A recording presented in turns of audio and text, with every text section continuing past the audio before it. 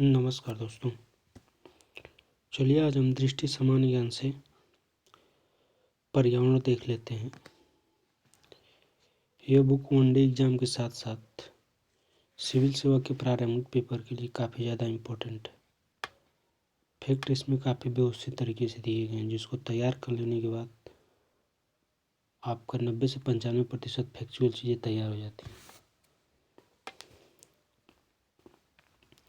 चलिए आज पर्यावरण देख लेते हैं।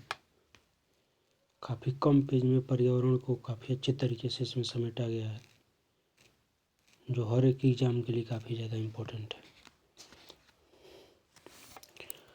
और हमारे चैनल को सब्सक्राइब तथा लाइक करना न भूलिएगा। अच्छा लगे तो दोस्तों के साथ शेयर भी करिए।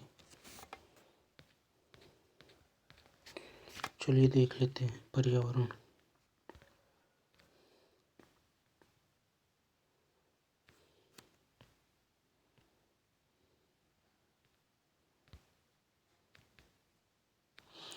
पारिस्थितिकी तंत्र, इकोसिस्टम, जीवों को समुदाय और साथ ही वह पर्यावरण जिसमें वो निवास करते हैं पारिस्थितिकी तंत्र अथवा परितंत्र, जिसे इकोसिस्टम कहते हैं, कहलाता है। यह एक खुला तंत्र है। परितंत्र का आकार एक छोटे तालाब से लेकर एक विशाल महासागर तक हो सकता है। समुद्रिक पारिस्थितिकी तंत्र पृथ्वी का सबसे बड़ा व अस्थायी पारिस्थितिकी तंत्र है। पारिस्थितिकी किसे कहते हैं यानी इकोलॉजी किसे कहते हैं, तो जीवों के आपसी संबंधों और पर्यावरण के बीच उनके संबंधों का वैज्ञानिक अध्ययन पारिस्थितिकी यानी इकोलॉजी कहलाता है। इस शब्द के प्रथम प्रयोगकर्ता अर्नेस्ट हैकल थे। पर्यावरण किसे कहते हैं? पर्यावरण एक गतिशील प्राकृतिक इकाई है, जिसमें जैविक तथा अजैविक घटक परस्पर अंतःक्रिया कर अंतर संबंधित होते हैं।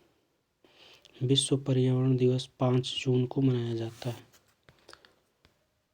जैव समुदाय यानी बायोटिक कम्युनिटी, विभिन्न प्रजातियों के समुदाय जो एक ही क्षेत्र में रहते हैं तथा एक दूसरे के साथ परस्पर क्रिया करते हैं, जैविक समुदाय कहलाते हैं।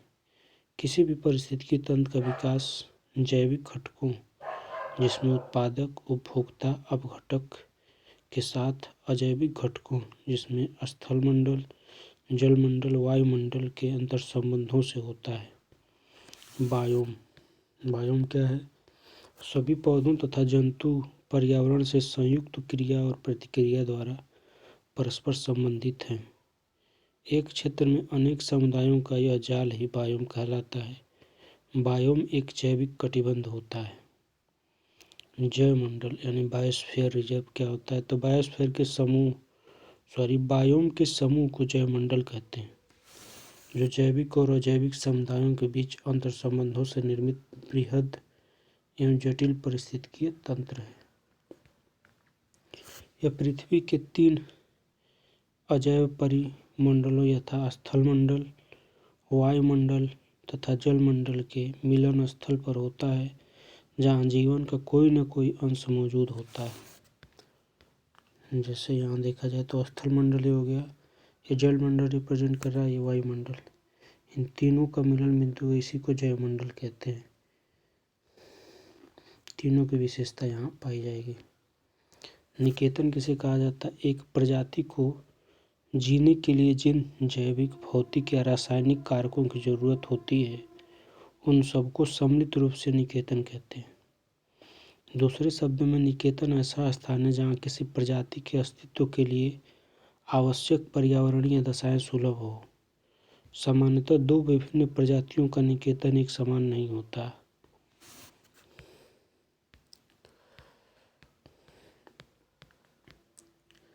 पारिस्थितिकीय तंत्र के घटक। पारिस्थितिकीय तंत्र के मुख्य रूप से 3 घटक होते हैं: अजैविक घटक, जैविक घटक और ऊर्जा संघटक। पारिस्थितिकीय निकाय में ऊर्जा का प्राथमिक स्रोत सौर ऊर्जा है। अजैविक घटक देख लेते हैं, तो इसके अंतर्गत ऐसे निर्जीव पदार्थ आते हैं जो जीवों को किसी न किसी रूप में प्रभावित करते हैं। उदाहरण के लिए मृदा, वायु, जल, कार्बनिक और अकार्बनिक पदार्थ आदि। जैविक घटक, इसके अंतर्गत मुख्य रूप से पौधे, जंतु एवं सूक्ष्म जीवों को शामिल किया जाता है, जो क्रमशः स्वपोषी यानी उत्पादक, परपोषी यानी उपभोक्ता एवं मृतपोषी अपघटक कहलाते हैं।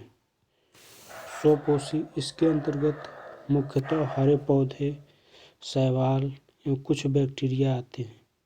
यह मुख्यतः प्रकाश संश्लेषण यानी बैक्टीरिया द्वारा रसायन संश्लेषण क्रिया किया जाता है द्वारा कार्बोहाइड्रेट का संश्लेषण करते हैं, जो इनके साथ साथ अन्य जीवों के लिए भी भोजन का मुख्य स्रोत होता है। इसीलिए इन्हें उत्पादक कहा जाता है और प्रथम पोषण स्तर के अंतर्गत रखा जाता है। परपोषी, इसके अंतर्गत वे जीव आते हैं जो अपने भोजन के लिए पौधों, जंतुओं या दोनों पर निर्भर होते हैं। भोजन के स्रोत के आधार पर इन्हें हम शाकाहारी, मांसाहारी और सर्वाहारी वर्गों में बांट सकते हैं। शाकाहारी अपना भोजन मुख्यतः पौधे से प्राप्त करते हैं, इसीलिए यह प्राथमिक उपभोक्ता कहलाते हैं, किंतु पोषण स्तर में यह द्वितीयक स्तर पर आते हैं। उदाहरण के लिए जंतु प्लवक यानी जूप्लैंक्टन जिसे कहा जाता है, गाय इत्यादि। मांसाहारी, इसमें हम भेड़ को भी रख सकते हैं, शाकाहारी में खरगोश को भी रख सकते हैं। मांसाहारियों को दो वर्गों में बांटा जा सकता है। एक वे जो शाकाहारी जंतुओं को खाते हैं और दूसरे वो जो शाकाहारी और मांसाहारी दोनों तरह के जीवों को खाते हैं। पहले वर्ग में हम लोमड़ी, पक्षियों आदि को रख सकते हैं। यह द्वितीय उपभोक्ता कहलाते हैं और पोषण स्तर में इनका स्तर तीसरा होता है। इसी तरह दूसरे वर्ग में शेर और बाघ जैसे हिंसात्मक पशु आते हैं। स्वाभाविक है कि यह तृतीयक उपभोक्ता होंगे और पोषण स्तर में इनका क्रम चौथा होगा। सर्वाहारी, इसमें हम मुख्यतः मनुष्य को रखते हैं जो अपना भोजन पौधे और जंतुओं दोनों से प्राप्त करते हैं। इन्हें सर्वोच्च पोषण स्तर के अंतर्गत रखा जाता है। इसीलिए सिद्धांततः जैव आवर्धन यानी बायोमैग्निफिकेशन का सर्वाधिक दुष्प्रभाव इन्हीं पर पड़ता है। मृतपोषी यानी अपघटक, यह एक प्रकार के परपोषी या मृत पदार्थों, जंतुओं या पौधों में मौजूद जटिल कार्बनिक पदार्थों को सरल अकार्बनिक पदार्थों में तोड़ते हैं। यह भोजन का पाचन नहीं करते बल्कि मृत पदार्थों पर अपने एंजाइम का स्राव करके उन्हें अपघटित कर देते हैं। बैक्टीरिया और कवक इसके उदाहरण।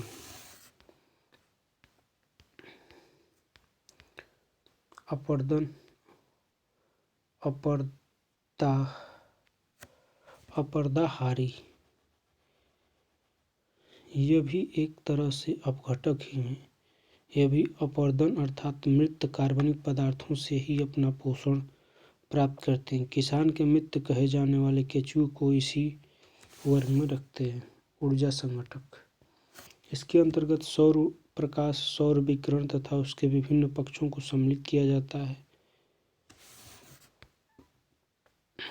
स्थलीय परितंत्र, स्थलीय पारिस्थितिकी तंत्र, स्थलीय पारिस्थितिकी तंत्र स्थलाकृतिक विविधता, जलवायु विविधता एवं अक्षांशीय विस्तार आदि कारकों के कारण एक समान नहीं होता। इसमें वन से लेकर घास के मैदान तथा मरुस्थल से लेकर टुंड्रा प्रदेश तक का क्षेत्र सम्मिलित है। चलिए स्थलीय परितंत्र का विभाजन देख लेते हैं। तो इसको हम लोग वन परितंत्र, मरुस्थल परितंत्र,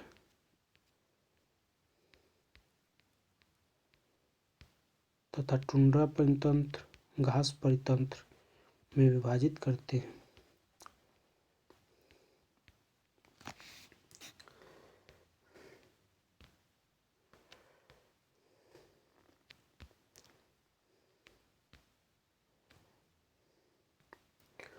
तो वन परितंत्र को हम लोग 3 भागों में डिवाइड करते हैं। पहला वन परितंत्र उष्णकटिबंधीय, वन परितंत्र शीतोष्णकटिबंधीय, तथा शंकुधारी वन या फिर टैगा वन, जिसे कोणधारी वन भी कहते हैं। तो उष्णकटिबंधीय सदाबहार वन, इसमें वृक्ष एवं झाड़ियाँ के 3 स्तर, कहीं कहीं पर 4 स्तर भी मौजूद हैं। विशाल वृक्ष महोगनी, अबनुस, रोजवुड यहाँ पाए जाते हैं। आदिपादप यानी एम्फीफाइड यहाँ पाए जाते हैं। जगुआर, एनाकोंडा, बाघ, बंदर आदि यहाँ के जंतु हैं। सर्वाधिक जैव विविधता यहाँ पाई जाती है। ये पाए कहाँ जाते हैं, स्थान कहाँ है इनका, तो अमेजन बेसिन, कांगो बेसिन, पश्चिमी घाट, अंडमान और निकोबार द्वीप समूह, जावा, सुमात्रा आदि। ब्राज़ील में इन वनों को सेल्वास कहा जाता है। पर्णपाती वन, जिन्हें मानसून वन भी कहते हैं, तो उष्णकटिबंधीय पर्णपाती वन। शीशम, सागौन, साल, बांस आदि यहाँ के वृक्ष हैं। ग्रीष्म ऋतुओं में वाष्प उत्सर्जन कम करने के कारण यह वृक्ष अपना पत्तियां गिरा देते हैं। लोमड़ी, भालू, गिलहरी आदि यहाँ जंतु पाए जाते हैं। ये पाए कहाँ जाते हैं, तो दक्षिण पूर्व एशिया, भारत, मध्य और दक्षिणी अमेरिका, उत्तरी ऑस्ट्रेलिया में ये वन पाए जाते हैं। शीतोष्णकटिबंधीय, तो शीतोष्णकटिबंधीय सदाबहार वन, इसमें लॉरेल, मैग्नोलिया, यूकेलिप्टस यहाँ के पौधे हैं, यानी वृक्ष हैं, तथा रोडेट, भूरा भालू आदि यहाँ के जंतु हैं। ये वन पाए जाते हैं दक्षिणी चीन में, जापान में, दक्षिणी ब्राज़ील में, दक्षिणी पूर्वी अमेरिका यानी यूएसए में। शीतोष्णकटिबंधीय पर्णपाती वन, शीत ऋतु में पत्तियां ठंड से बचने के लिए झड़ जाती हैं।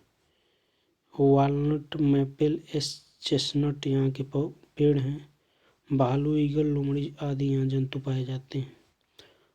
यह इनका स्थान है उत्तरी अमेरिका का पूर्वी भाग, दक्षिणी चिली जैसे शीत जलवायु प्रदेशों में ये वन पाए जाते हैं।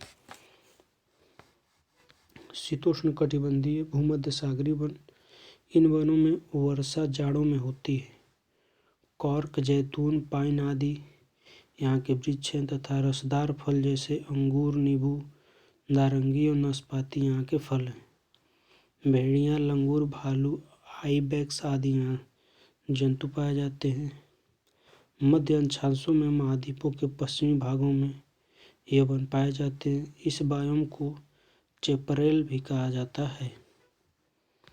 ये जो भूमध्य सागरीय वन है, ये भूमध्य सागर के आसपास ही लगभग पाए जाते हैं, और जिस अक्षांश पे भूमध्य सागर, उसी अक्षांश पे जो अन्य महाद्वीप है वहाँ पर पाए जाते हैं, महाद्वीपों के पश्चिमी भाग पर। शंकुधारी वन या फिर टैगा वन, जिसे कोणधारी वृक्ष जिसमें होते हैं, तो सर्वाधिक विस्तार इसी का है विश्व में। नुकीली पत्तियां इसकी होती हैं। क्यों नुकीली पत्तियां होती हैं? कम वाष्प उत्सर्जन एवं बर्फ रुक न पाए इसके लिए।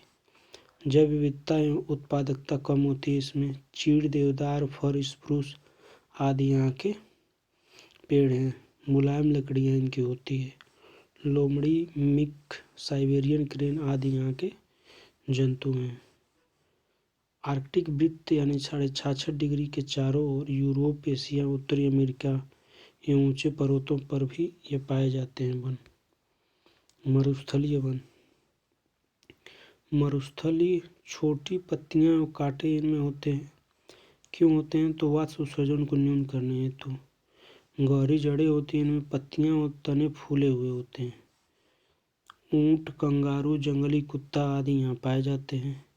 महाद्वीपों के पश्चिमी भाग में थार जैसे हो गया सहारा गर्म मरुस्थल, जबकि लेह, लद्दाख, कारगिल आदि ये ठंडे मरुस्थल हैं। टुंड्रा परितंत्र, आर्कटिक टुंड्रा तथा अल्पाइन टुंड्रा। तो आर्कटिक टुंड्रा में टैगा वनों की समाप्ति स्थल से ध्रुवों तक ये विस्तारित है। इसमें काई, लाइकेन, बर्च पाए जाते हैं। रेडियल, लोमिंग आदि यहाँ के जंतु हैं। यहाँ के मानव को एस्किमो कहते हैं। उत्तरी कनाडा, अलास्का, यूरोपीय रूस, साइबेरिया में यह परितंत्र फैला हुआ है। अल्पाइन टुंड्रा, तो बौनी घास, लाइकेन यहाँ की पौधे हैं। पहाड़ी बकरी, याक इत्यादि यहाँ जंतु पाए जाते हैं। पर्वतों की अत्यधिक ऊंचाई पर लगभग सभी महाद्वीपों में ये पाए जाते हैं। घास परितंत्र, उष्णकटिबंधीय घास भूमि, शीतोष्णकटिबंधीय घास भूमि। तो उष्णकटिबंधीय घास भूमि छोटे और विस्तीर्ण घास मैदान होते हैं। ऊंची ऊंची यहाँ घासें होती हैं, जैसे एलिफेंट घास, जो कि 3 से 4 मीटर ऊंची होती है। इसमें हाथी, जिराफ, जेब्रा आदि जंतु पाए जाते हैं। कोलंबिया में, वेनेजुएला में इसे लानोज कहते हैं, जबकि ब्राज़ील में कैम्पोज कहते हैं। मध्य एवं पूर्वी अफ्रीका एवं मध्य अमेरिका में सवाना इन्हें कहा जाता है। काफ़ी ज़्यादा इम्पोर्टेंट है।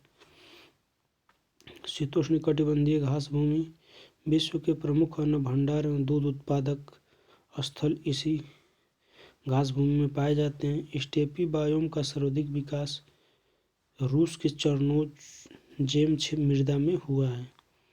सियार, लोमड़ी, खरगोश, कंगारू यहाँ जंतु पाए जाते हैं।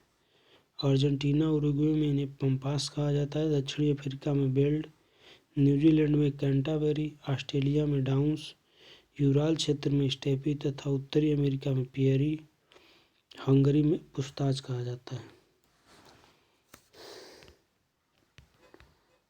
इधर वन स्थिति रिपोर्ट दी गई है, तो ये 2019 का है। अभी कोई काम का नहीं है, ये 2-2 साल पे जो है बदलता रहता है। तो जो पेपर होगा उसी समय करंट से अपडेट करके जाइएगा। चलिए अब जल परितंत्र देख लेते हैं।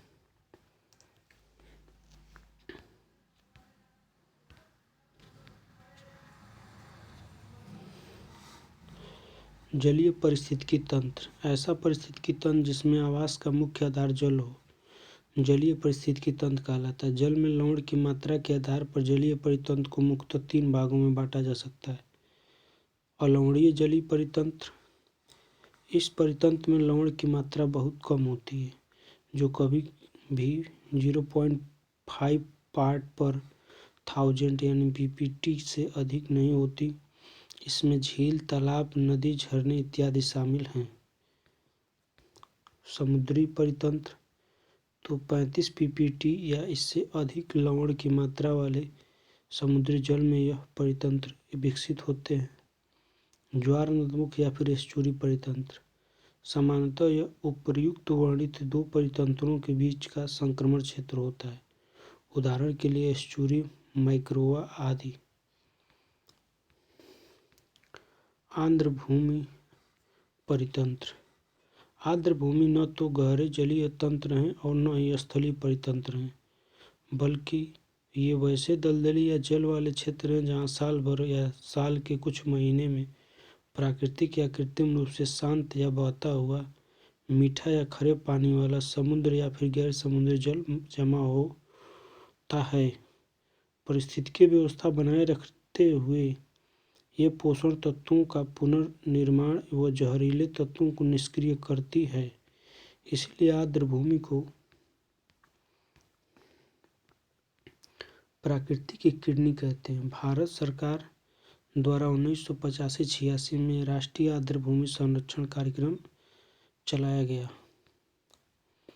आर्द्र भूमि पर रामसर सम्मेलन 1971 में आर्द्र भूमि के संरक्षण के लिए रामसर, जो कि कैस्पियन सागर के तट पर ईरान में अवस्थित है, में एक अंतर सरकारी और बहुपक्षीय सम्मेलन हुआ, जिसमें आर्द्र भूमि और उनके संसाधनों के संरक्षण और युक्त उपयोग के लिए राष्ट्रीय कार्रवाई और अंतर्राष्ट्रीय सहयोग की रूपरेखा तय की गई।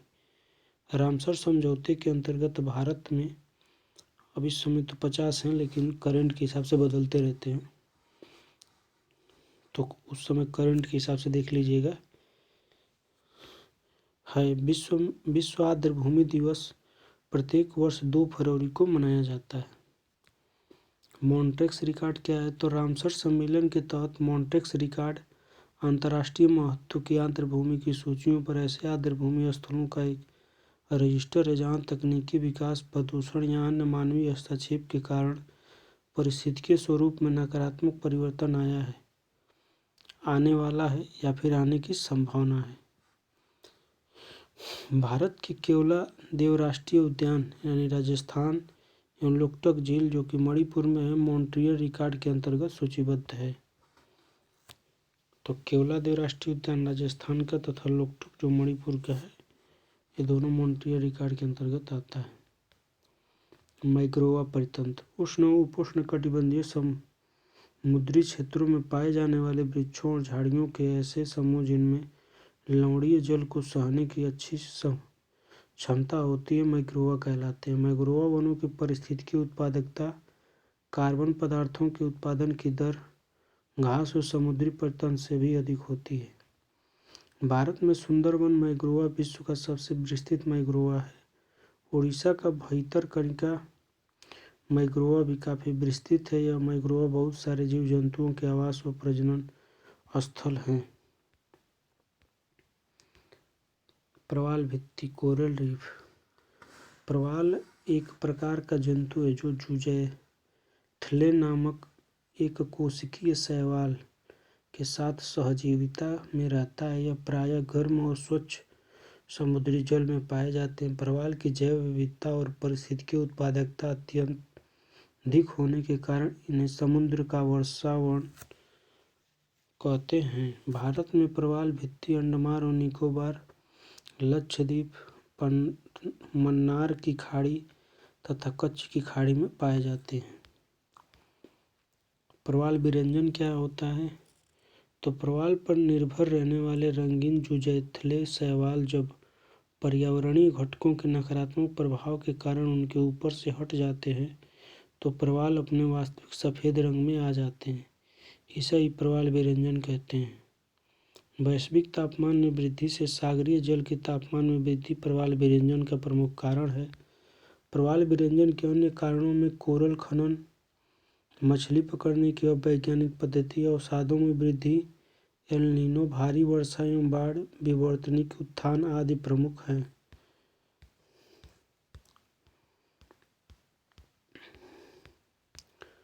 सुपोषण क्या चीज़ होता है? एट्रोफिकेशन। तो कृषि में प्रयुक्त होने वाले उर्वरकों, सीवेज का गंदा पानी, औद्योगिक कचरा इत्यादि किसी जलीय परितंत्र में पहुंचकर पोषकों की मात्रा में अत्यधिक वृद्धि कर देते हैं। यह प्रक्रिया सुपोषण कहलाती है। पोषकों की मात्रा में अचानक हुई वृद्धि शैवालों की संख्या को अत्यधिक बढ़ा देती है, जिससे जल की सतह पर शैवालों की एक परत बन जाती है। इसे एल्गल ब्लू कहते हैं। एल्गल ब्लू का रंग परिवर्तित कर देता है। एल्गल ब्लू जल का रंग परिवर्तित कर देता है। सामान्यतः वह जल के रंग को ब्लू, ग्रीन, भूरा या लाल बना देता है। इसे लाल ज्वार यानी रेड टाइड कहते हैं। कभी कभी आपने देखा होगा कि जो तालाबें होते हैं उनमें पूरा काई टाइप का, मतलब हरा हरा टाइप का दिखने लगता है, उसी की बात कर रहे हैं यहाँ पे। पारिस्थितिकीय तंत्र से संबंधित सार्वभौम नियम। तो ऊर्जा का प्रवाह एक दिशीय होता है। प्रत्येक पोषण स्तर के जीवों में अपने पिछले पोषण स्तर के जीवों से प्राप्त ऊर्जा का 10% ही संचित हो पाता है। इसे लिंडमैन के ऊर्जा स्थानांतरण का 10% का नियम भी कहते हैं। परितंत्र की उत्पादकता को प्रभावित करने वाले सर्वाधिक महत्वपूर्ण कारक सूर्यतप हैं। सूर्यतप में कमी परितंत्र की उत्पादकता और जैव विविधता दोनों में कमी लाती है। यही कारण है कि निम्न अक्षांशों से उच्च अक्षांशों की ओर जाने पर समानतः परितंत्र की उत्पादकता और जैव विविधता में कमी आती है। जैव भूरासायनिक चक्र। जैव भूरासायनिक चक्र एक ऐसी प्रक्रिया है जिसमें प्राकृतिक रूप से जैव और अजैव घटकों के बीच जीवन के लिए आवश्यक तत्वों का चक्रीय प्रवाह होता रहता है। यह प्रवाह जीवन के बने रहने के लिए अति आवश्यक है। जल चक्र वातावरण में विभिन्न माध्यमों जैसे वायुमंडल, समुद्र, झील, हिमानी, मृदा, भूमजल के बीच वाष्पीकरण यानी वाष्प उत्सर्जन भी संघनन, वाष्पवर्षण, संग्रहण और अंतःस्पंदन क्रियाओं द्वारा जल का निरंतर प्रवाह जल चक्र कहलाता है। कार्बन चक्र यानी उसका कहने का मतलब ये है कि जल चक्र का मतलब ये वाष्पीकृत हुआ, फिर ऊपर जा कर के बादल बन के फिर बारिश हुई, फिर ये समुद्र में चला गया, झीलों में चला गया, नदियों में चला गया, फिर वाष्पित हुआ, फिर वही प्रक्रिया रिपीट हुई। तो इसी को इसने जल चक्र कह दिया। कार्बन चक्र प्रकाश संश्लेषण की क्रिया में पौधे वायुमंडलीय कार्बन डाइऑक्साइड का अवशोषण कर उसे कार्बनिक पदार्थों के रूप में संचित करते हैं। इस तरह कार्बन खाद्य श्रृंखला के विभिन्न स्तरों से जीवों में संचित और श्वसन द्वारा कार्बन डाइऑक्साइड के रूप में वायुमंडल में मुक्त होता रहता है। साथ ही कार्बन मृत जीव जंतुओं में पादपों के अपघटन से जीवाश्म ईंधन के रूप में संचित एवं इस जीवाश्म ईंधन को जलाने से मुक्त होता रहता है। इस तरह विभिन्न भौतिक और जैविक क्रियाओं के द्वारा कार्बन का पुनर्चक्रण होता है। वही सेम प्रक्रिया यहाँ भी है कार्बन में भी। नाइट्रोजन चक्र। वायुमंडल गैसों में नाइट्रोजन की मात्रा सर्वाधिक लगभग 78% है। इस वायुमंडलीय नाइट्रोजन का विभिन्न प्रक्रिया नाइट्रोजन स्थिरीकरण, नाइट्रोजनीकरण, अमोनीकरण, विनाइट्रीकरण द्वारा मिट्टी, जल और जीवों के बीच निरंतर प्रवाह तथा पुनः वायुमंडल में इसकी वापसी को नाइट्रोजन चक्र के रूप में जाना जाता है। राइजोबियम नीले हरे शैवाल नाइट्रोजन स्थिरीकरण द्वारा वायुमंडलीय नाइट्रोजन को कार्बनिक नाइट्रोजन में परिवर्तित कर देते हैं। फास्फोरस चक्र। तो कार्बन और नाइट्रोजन की तरह फास्फोरस गैसीय रूप में वायुमंडल में नहीं वरन फास्फेट के रूप में चट्टानों में पाया जाता है।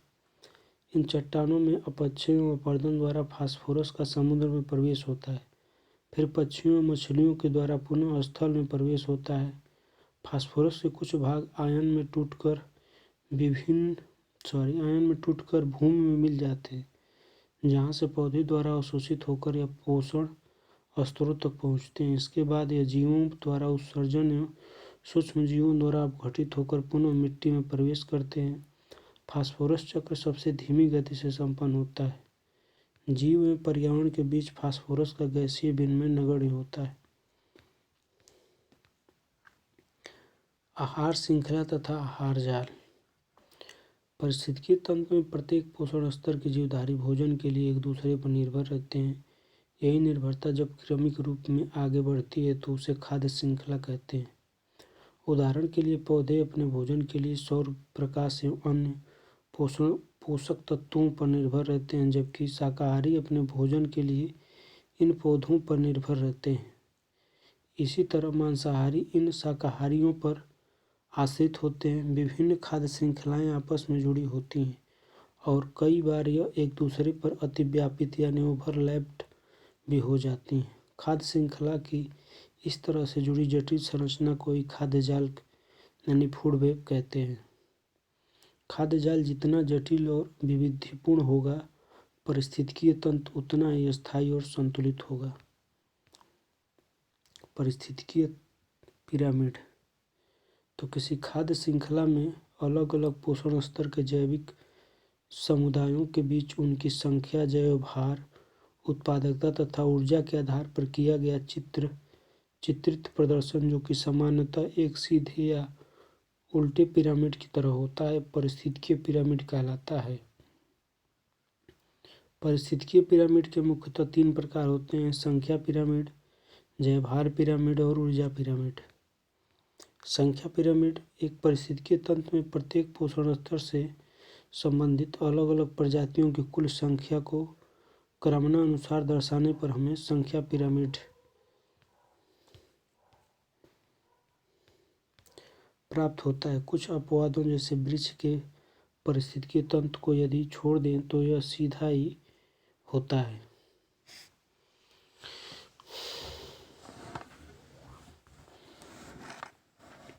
जैवभार पिरामिड किसी जीवित प्राणियों में उपलब्ध कार्बनिक पदार्थों का कुल शुष्क भार उसका जैवभार कहलाता है। इसका भी प्रदर्शन सीधा या उल्टा हो सकता है।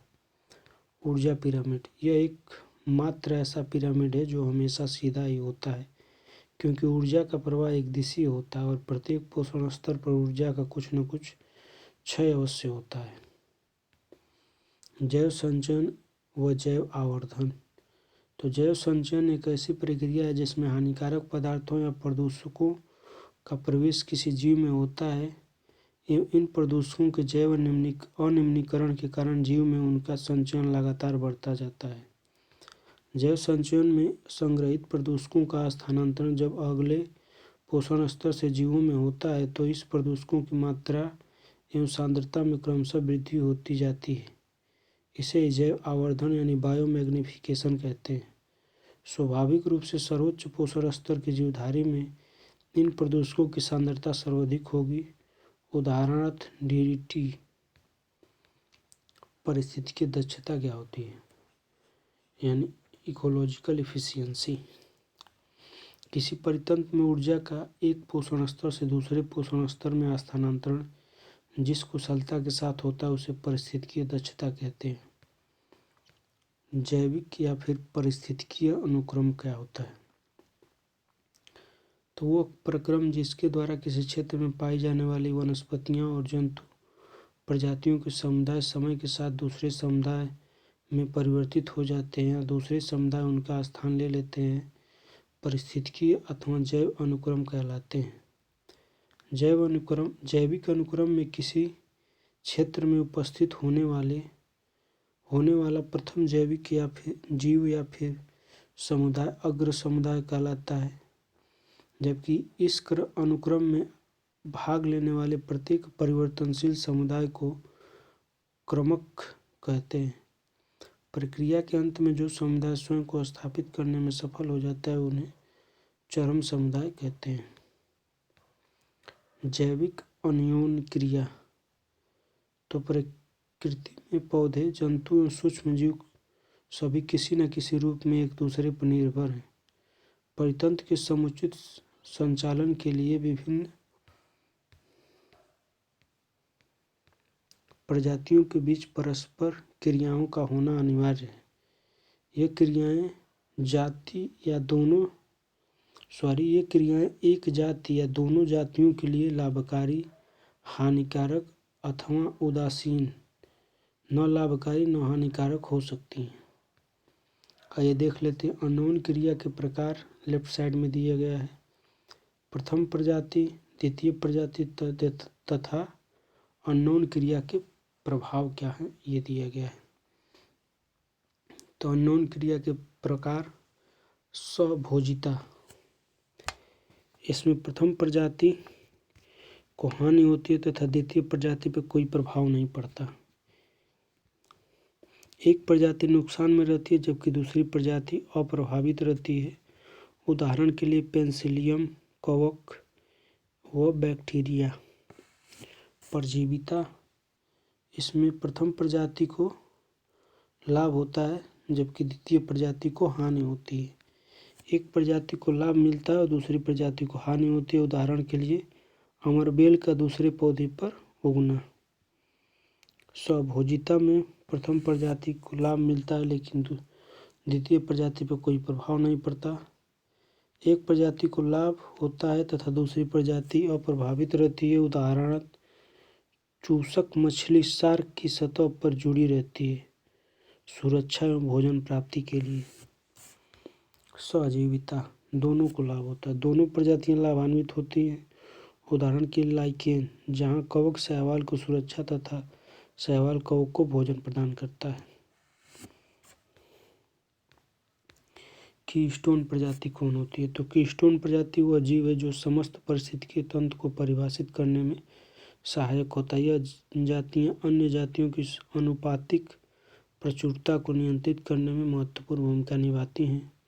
अत्यधिक स्पष्ट कीस्टोन प्रजाति शीर्ष मांसाहारी होते हैं। इकोटोन। दो या दो से अधिक विभिन्न परितंत्रों के बीच का संक्रमण क्षेत्र जहाँ जैव विविधता अपेक्षाकृत अधिक होती है इकोटोन कहलाता है। उदाहरण के लिए मैक्रोवा वन एस्चुरी। कोर प्रभाव क्या होता है? तो कोर प्रभाव एक पारिस्थितिकी अवधारणा है जहाँ दो परितंत्र आपस में मिलते हैं वहाँ दोनों परितंत्रों के साधन एक ही जगह पर पाए जाते हैं, इसीलिए यहाँ विविधता एवं उत्पादकता अधिक पाई जाती है।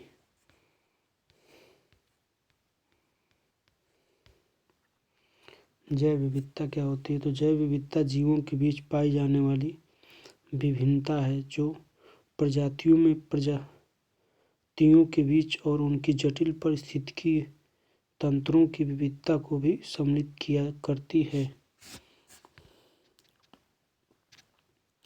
जैव विविधता शब्द का सर्वप्रथम प्रयोग वाल्टर जी रोजन द्वारा किया गया।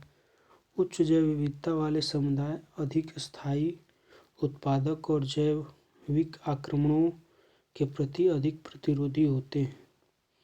अमेज़न उष्णकटिबंधीय वर्षा वनों की जैव विविधता पृथ्वी पर सबसे अधिक है। उष्णकटिबंधीय क्षेत्र में अधिक सौर ऊर्जा उपलब्ध होते हैं, जिससे पारिस्थितिकी उत्पादकता और जैव विविधता में परोक्ष रूप से वृद्धि होती है। उष्णकटिबंधीय क्षेत्रों में सूक्ष्म जीव और कीट पतंगों की अधिकता है, जिससे किसी एक जाति का प्रभाव होना संभव नहीं हो पाता। इसीलिए जैव विविधता का ज़्यादा ह्रास नहीं हो पाता। प्राकृतिक वास का विनाश जैव विविधता के ह्रास के लिए सर्वाधिक महत्वपूर्ण कारक है। जैव विविधता की प्रवणता। तो अक्षांशों में प्रायः उच्च अक्षांश से निम्न अक्षांश की ओर तथा पर्वतीय क्षेत्रों में ऊपर से नीचे की ओर जाने पर प्रजातियों की संख्या में अंतर जैव विविधता की प्रवणता कहलाती है। निम्न अक्षांशों से उच्च अक्षांशों यानी भूमध्य रेखा से ध्रुवों की ओर या पर्वतीय क्षेत्रों में ऊंचाई की ओर जाने पर जैव विविधता में कमी आती है। जैसे मान लीजिए कि ये हो गई पृथ्वी, तो यहाँ से हम जब ऊपर जाएंगे, यहाँ से ऊपर जाएंगे, यहाँ से, तो इधर जाने पर जब इधर जाएंगे तो जैव विविधता में कमी आएगी। और यहाँ पर जो ये विषुवत रेखा है, यहाँ पर जैव विविधता सबसे ज़्यादा पाई जाती है, क्योंकि वर्षा यहाँ ज़्यादा होती है, वाष्पीकरण यहाँ ज़्यादा होता है, इसलिए वर्षा यहाँ ज़्यादा होती है, इसलिए यहाँ जैव विविधता बहुत ज़्यादा पाई जाती है। जैव विविधता का संरक्षण। जैव विविधता के संरक्षण की दो विधियाँ हैं, स्वस्थानीय यानी इन सिटू एवं बाह्यस्थानीय यानी एक्स सिटू। स्वस्थानीय यानी इन सिटू राष्ट्रीय उद्यान, वन्यजीव अभयारण्य, जैवमंडल आरक्षित क्षेत्र, आरक्षित वन, संरक्षित वन, पवित्र उपवन और झीलें इसके अंतर्गत आती हैं। जबकि बाह्यस्थानीय यानी एक्स सिटू के अंतर्गत चिड़ियाघर, वनस्पति उद्यान, जीन बैंक, बीज बैंक, जीन सफारी पार्क, ऊतकीय संवर्धन केंद्र, क्रायो प्रिजर्वेशन आते हैं। जैव विविधता और स्थानिक जातियों की उपलब्धता से परिपूर्ण कुछ ऐसे क्षेत्र जो पारिस्थितिकीय दृष्टि से काफ़ी उत्पादक होते हैं, जैविक विविधता हॉटस्पॉट कहलाते हैं। विश्व में इनकी संख्या 36 है। सर्वप्रथम 1988 में नॉर्मन मायर्स ने इस शब्द का प्रयोग किया था।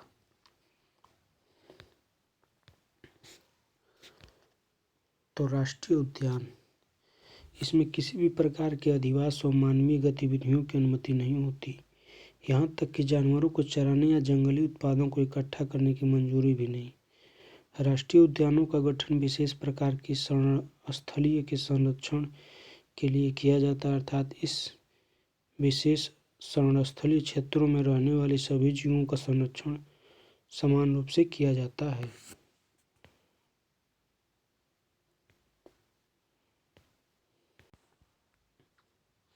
वन्यजीव अभयारण्य, जानवरों को चराने या लकड़ी आदि इकट्ठा करने और पर्यटन की अनुमति तो होती है, परंतु कुछ अपवादों को छोड़कर मनुष्यों का बसाव प्रतिबंध होता है। इसमें वन्यजीव अभयारण्यों का गठन किसी एक प्रजाति अथवा कुछ विशिष्ट प्रजातियों के संरक्षण के लिए किया जाता है, अर्थात ये विशिष्ट प्रजाति आधारित संरक्षित क्षेत्र होते हैं। वन्यजीव अभयारण्य और राष्ट्रीय उद्यान में दोनों की घोषणा राज्य सरकार केवल आदेश या निर्देश देकर कर सकती है, जबकि सीमा में परिवर्तन के लिए राज्य विधानमंडल को एक संकल्प पारित करना होता है।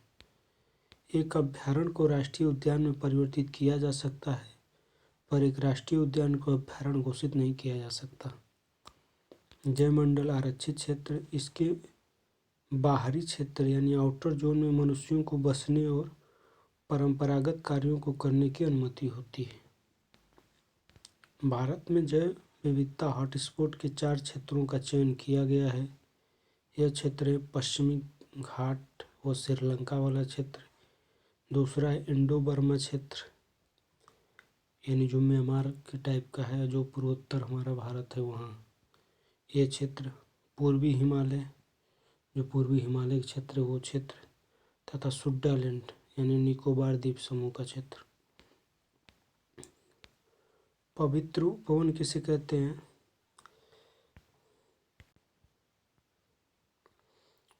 पवित्र उपवन व पवित्र झीलें स्वस्थानिक संरक्षण के अंतर्गत भारत एवं कुछ अन्य एशियाई अफ्रीकी देशों में पवित्र वनों के रूप में जैव विविधता के संरक्षण की परंपरागत कार्यनीति प्रचलित है। यह छोटे छोटे वन होते हैं जो धार्मिक पवित्रता के कारण आदिवासी या फिर अन्य समुदायों के द्वारा संरक्षित हैं। पवित्र वन भारत के कई राज्यों में स्थित हैं, जैसे कर्नाटक, महाराष्ट्र, मणिपुर, मेघालय आदि।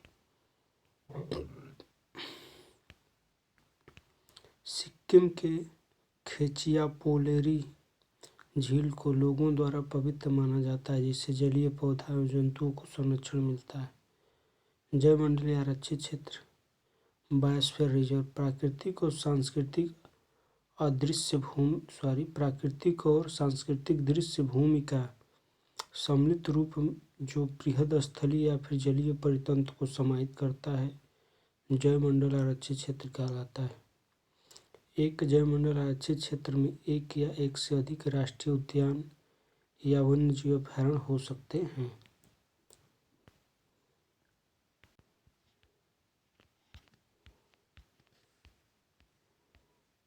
एक्चुअली भारत के जैवमंडल आरक्षित क्षेत्र और रामसर आर्द्रभूमि देख लेते हैं। तो लेफ्ट साइड में राज्य दिया गया है, बीच में आरक्षित जैवमंडल आरक्षित क्षेत्र दिया गया है तथा राइट साइड में रामसर आर्द्रभूमि दी गई है। तो बिहार में जैवमंडल आरक्षित क्षेत्र कोई नहीं है, जबकि कंवर ताल जो है यहाँ पर रामसर साइट है। महाराष्ट्र में कोई नहीं है जैवमंडल आरक्षित क्षेत्र, जबकि नांदूर, माधवेश्वर तथा लोनार झील यहाँ पर रामसर साइट है। तमिलनाडु में नीलगिरी है, इसको सर्वप्रथम 1986 में बनाया गया था। मन्नार की खाड़ी है, अगस्त्य मलाई है जैवमंडल आरक्षित क्षेत्र। पॉइंट कैलीमर वन्यजीव पक्षी अभयारण्य, ये क्या है? रामसर साइट है। कहाँ? तमिलनाडु में।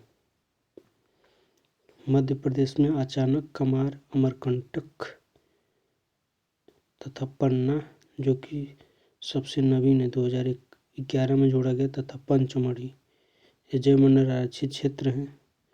तथा रामसर साइट कौन है? तो भोज आर्द्रभूमि रामसर साइट है। हिमाचल प्रदेश में शीत रेगिस्तान जैवमंडल आरक्षित क्षेत्र है, जबकि पैंगडैम झील, चंद्रताल, रेणुका जो कि सबसे छोटी है आर्द्रभूमि है क्षेत्र है। केरल में अगस्त्यामलाई तथा नीलगिरी जैवमंडल आरक्षित क्षेत्र है, जबकि अष्टमुडी, षष्ठमकोट्टा, वेम्बनाथ ये रामसर साइट है। वेम्बनाथ सबसे बड़ी रामसर साइट है। उड़ीसा में सिमलीपाल जैवमंडल आरक्षित क्षेत्र है, जबकि चिल्का झील, भीतरकनिका मैक्रोवा ये रामसर साइट है। आंध्र प्रदेश में शेषाचलम पहाड़ियाँ जैवमंडल आरक्षित क्षेत्र है, जबकि कोलेरू झील यहाँ पर क्या है? रामसर साइट है। असम मानस, डिब्रू-सैखोवा ये क्या है? जैवमंडल आरक्षित क्षेत्र है, जिसमें डिब्रू-सैखोवा सबसे छोटा जैवमंडल आरक्षित क्षेत्र है। तथा दीपोरबिल रामसर साइट है। पश्चिम बंगाल सुंदरबन जैवमंडलाक्षी क्षेत्र है यहाँ, जबकि पूर्वी कोलकाता आर्द्रभूमि तथा सुंदरबन आर्द्रभूमि यहाँ पर रामसर साइट है। गुजरात कच्छ ये जैवमंडलाक्षी क्षेत्र है, ये सर्वाधिक बड़ा है जैवमंडलाक्षी क्षेत्र। नल सरोवर यहाँ पर आर्द्र भूमि है। उत्तराखंड में नंदा देवी जैवमंडलाक्षी क्षेत्र है, जबकि आसन संरक्षण रिजर्व यहाँ पर रामसर साइट है। मेघालय में नोकरेक जैवमंडलाक्षी क्षेत्र है। अंडमान और निकोबार में ग्रेट निकोबार जैवमंडलाक्षी क्षेत्र है। अरुणाचल प्रदेश में दिहांग दिबांग जैवमंडलाक्षी क्षेत्र है। सिक्किम में कंचनजंगा जैवमंडल आरक्षित क्षेत्र है, जबकि जम्मू कश्मीर में बुलर होकेरा सुरेसर मानेसर ये रामसर साइट है। लद्दाख में सोमोरिरी झील सोकारा ये क्या है रामसर साइट है, जबकि पंजाब में हरिके झील जो कि कृत्रिम है, रोपड़ कांजली झील केशोपुर मियाँ ब्यास कंजर्वेशन रिजर्व नांगल वन्यजीव अभयारण्य रामसर साइटें हैं। राजस्थान में सांभर झील केवलादेव रामसर साइट है। त्रिपुरा में रुद्रसागर झील रामसर साइट है। मणिपुर में लोकटक झील रामसर साइट है। उत्तर प्रदेश में ऊपरी गंगा नदी ब्रिज घाट से जो नरौरा तक है। नवाबगंज पार्वती आरंगा समन समसपुर सांडी सरसई नावर सुर सरोवर आर्द्रभूमि साइटें हैं। जो जिस पर स्टार लगा हुआ है इन्हें यूनेस्को के मैन एंड बायोस्फीयर यानी एमएबी कार्यक्रम के तहत जैवमंडल रिजर्व की विश्व तंत्र सूची में शामिल किया गया है। ये कौन कौन है देख लेते हैं, किस पर स्टार लगा हुआ है। तो नीलगिरी जैवमंडलाक्षी क्षेत्र मन्नार की खाड़ी तथा अगस्त्यामलाई जो कि तमिलनाडु में है, इसको एमबी में शामिल किया गया है। मध्य प्रदेश का अचानक कमार अमरकंटक तथा पंचमढ़ी को शामिल किया गया है। केरल की अगस्त्यामलाई तथा नीलगिरी को शामिल किया गया है। उड़ीसा के सिमलीपाल जैवमंडलाक्षी क्षेत्र को शामिल किया गया है तथा पश्चिम बंगाल के सुंदरबन जैवमंडलाक्षी क्षेत्र को शामिल किया गया है। इसमें उत्तराखंड के नंदा देवी को शामिल किया गया है। मेघालय के नोकरेक जैवमंडलाक्षी क्षेत्र को एमबी में शामिल किया गया। अंडमान और निकोबार के ग्रेट निकोबार को एमबी श्रेणी में शामिल किया गया है। नोट अचानक कमार अमरकंटक मध्य प्रदेश और छत्तीसगढ़ में फैला है। नीलगिरी तमिलनाडु केरल कर्नाटक में फैला है तथा अगस्त्यामलाई तमिलनाडु और केरल में फैला है।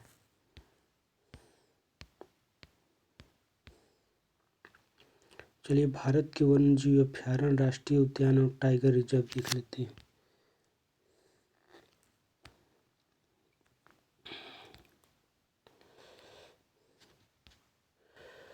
तो जम्मू कश्मीर दांचीगाम राष्ट्रीय उद्यान, दांचीगाम सलीम अली हेमिसाई तथा किश्तवाड़ राष्ट्रीय उद्यान है तथा चांगथांग शीत मरुस्थल होकेरसर सुरेसर मानेसर ये क्या है वन्यजीव अभयारण्य है।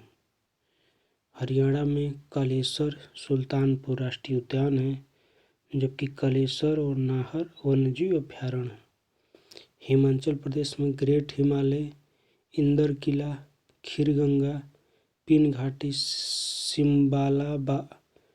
सिमबालबारा राष्ट्रीय उद्यान है, जबकि चंद्रताल पोंग डैम झील रेणुका वन्यजीव अभयारण्य है।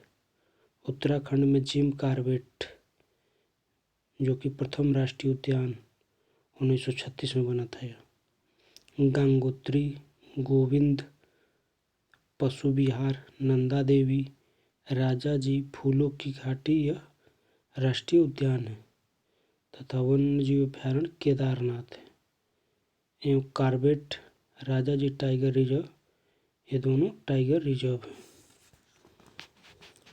राजस्थान में केवलादेव, रणथंभौर, सरिस्का डेजर्ट, मुकुंदरा हिल्स, ये क्या है, राष्ट्रीय उद्यान है। जबकि माउंट आबू, सरिस्का, जवाहर सागर राष्ट्रीय चंबल वन विहार वन्य अभ्यारण्य है। जबकि Ranthambore, Sariska, Mukundra hills tiger reserve है। गुजरात, गिरवन मैरीन, जो कि कच्छ की खाड़ी में है, ब्लैक बग, बेलावदार भी इसे कहते हैं, वंसदा राष्ट्रीय उद्यान है। जबकि गिर समुद्री, जिसे कच्छ की खाड़ी में जो है, नल सरोवर, नारायण सरोवर, पूर्णा जंगली गदहा यहाँ के वन्यजीव अभ्यारण्य हैं। महाराष्ट्र में संजय गांधी, जो कि बोरीवली में है, पेंच, जो कि जिसे जवाहरलाल नेहरू भी कहते हैं, तदोबा, गुगामल, नवेगांव, चंदौली राष्ट्रीय उद्यान है। जबकि great Indian bustard, Phansad, Bor, Kalsubai, Harishchandragad, Melghat, Nagzira, नारनाला पक्षी, पेनगंगा, उमरेंद, करहांगल, ये क्या है, जयमंडल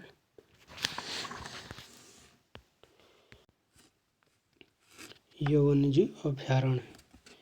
तथा मेलघाट, तंडोबा, अंधेरी, पेंच, सह्याद्री, नौगांव, नगजीरा, बोर टाइगर रिजर्व है। गोवा में मोलेम, जिसे महावीर भी कहते हैं, क्या है, राष्ट्रीय उद्यान है। जबकि महावीर ये क्या है, वन्यजीव अभ्यारण्य है। कर्नाटक में राजीव गांधी नागरहोल, केंद्रमुख, बनेरघट्टा, अंसी, बांदीपुर राष्ट्रीय उद्यान है। जबकि डांडेली, घाटप्रभा, चंचौली, ताल कावेरी, ये वन्यजीव अभ्यारण्य है। जबकि बांदीपुर, भद्रा, दांडेली, अंसी, नागरहोल, बेलगिरी रंगनाथ मंदिर, ये क्या हैं, टाइगर रिजर्व हैं। केरल में अन्नामुद्दी 16, इराविकुलम, मथिकट्टन 16, पराम्बिकुलम 16, पेरियार, साइलेंट वैली राष्ट्रीय उद्यान है। जबकि थडक्कड़ पक्षी अभ्यारण्य, इडुक्की, नेयार, पराम्बिकुलम, मालाबार, पेरियार, वायनाड, ये क्या हैं, वन्यजीव अभ्यारण्य हैं। जबकि पेरियार, पराम्बिकुलम टाइगर रिजर्व भी हैं। तेलंगाना में कांसूब्र, महानंद रेड्डी, महावीर, हरियाणा वनस्थली, मुग्रावनी राष्ट्रीय उद्यान है। नागार्जुन सागर, प्राणहिता, किन्नौर सानी वन्यजीव अभ्यारण्य है। जबकि कंवल, अमराबाद टाइगर रिजर्व है। तमिलनाडु में इंदिरा गांधी, जिसे अन्नामलाई भी कहते हैं, मधुमलाई, पालनी पहाड़ियाँ, गिरी, मुक्कुर्थी, मन्नार की खाड़ी, जिसे सागरी उद्यान भी कहते हैं, ये राष्ट्रीय उद्यान है। जबकि कोडाईकनाल, पॉइंट कैलीमर, पुलिकट झील, सत्यमंगलम, कालकांड, वेदाथंगल, वेलानड्डू, मधुमलाई वन्यजीव अभ्यारण्य है। जबकि कलक्कड़, मथु, उनथुरई, अन्नामलाई, मुदुमलाई, सत्यमंगलम टाइगर रिजर्व भी हैं। आंध्र प्रदेश में राजीव गांधी, जिसे रामेश्वरम में है, जो पापीकोंडा, श्री वेंकटेश्वर, ये राष्ट्रीय उद्यान है। जबकि कोरिंगा, कोल्लेरू, पुलिकट, नागार्जुन सागर, श्रीशैलम, ये क्या है, वन्यजीव अभ्यारण्य है।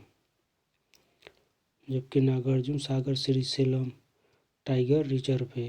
यह सबसे बड़ा क्षेत्रफल में है टाइगर रिजर्व। छत्तीसगढ़ इंद्रावती, कुतरू, कांगेरी घाटी, गुरु घासीदास, संजय, ये क्या है? राष्ट्रीय उद्यान है। जबकि अचानक कमार तथा सीता नदी, ये क्या है? वन्यजीव अभयारण्य है। जबकि इंद्रावती, उदंती सीता नदी, अचानक कमार, ये क्या है? टाइगर रिजर्व है। घासीदास को भी टाइगर रिजर्व बना दिया गया है। उड़ीसा भीतरकनिका, सिमलीपाल राष्ट्रीय उद्यान है।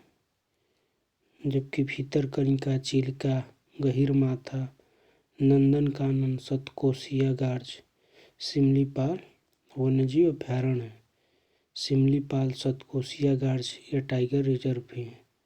पश्चिम बंगाल में बुक्सा, गोरामारू, नाओरी वैली, सिंगलीला, सुंदरबन, जल्दापारा, ये क्या है? राष्ट्रीय उद्यान है। जबकि वन्यजीव अभयारण्य कौन है? तो चंपरा मारी तथा बल्लभपुर। सुंदरबन तथा बुक्सा ये टाइगर रिजर्व भी हैं। त्रिपुरा में क्लाउड लेपर्ड, बिसोन राजबारी, ये राष्ट्रीय उद्यान है। जबकि गुमटी, सोपा हिजाला वन्यजीव अभयारण्य है। मिजोरम में मुरलेन फवंगुई नील पर्वत पर, यह राष्ट्रीय उद्यान है।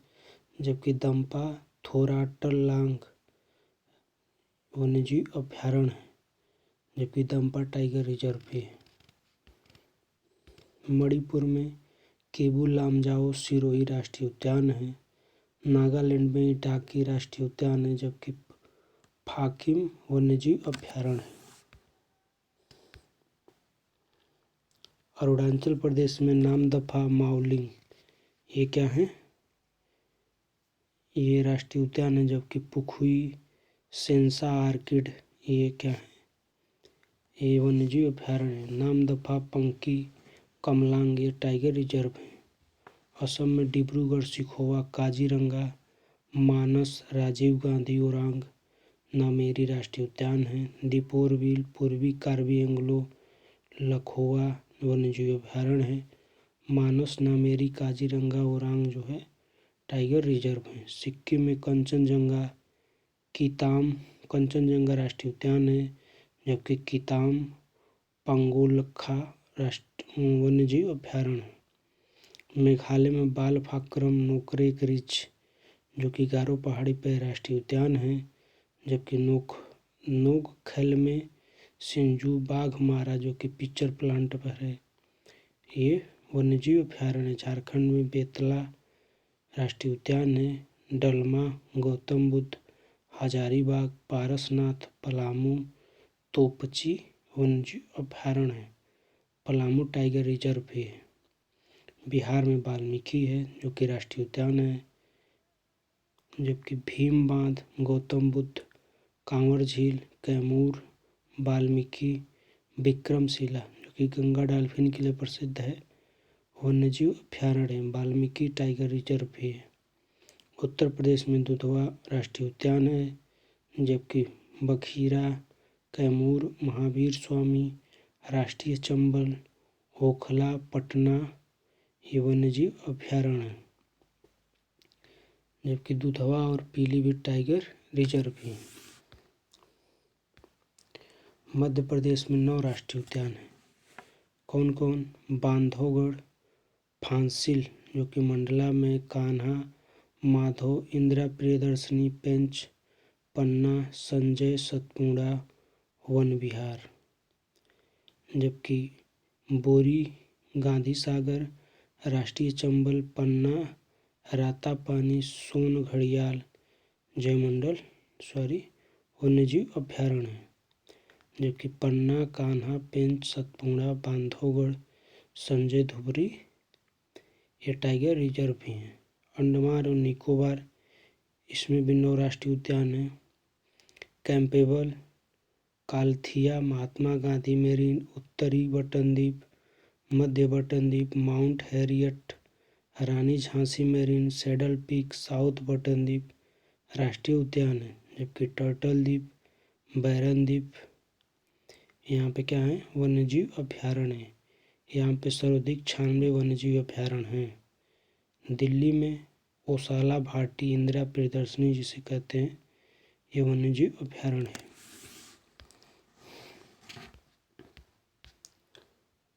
चलिए पक्षी अभयारण्य देख लेते हैं। तो घाना पक्षी विहार भरतपुर राजस्थान में है।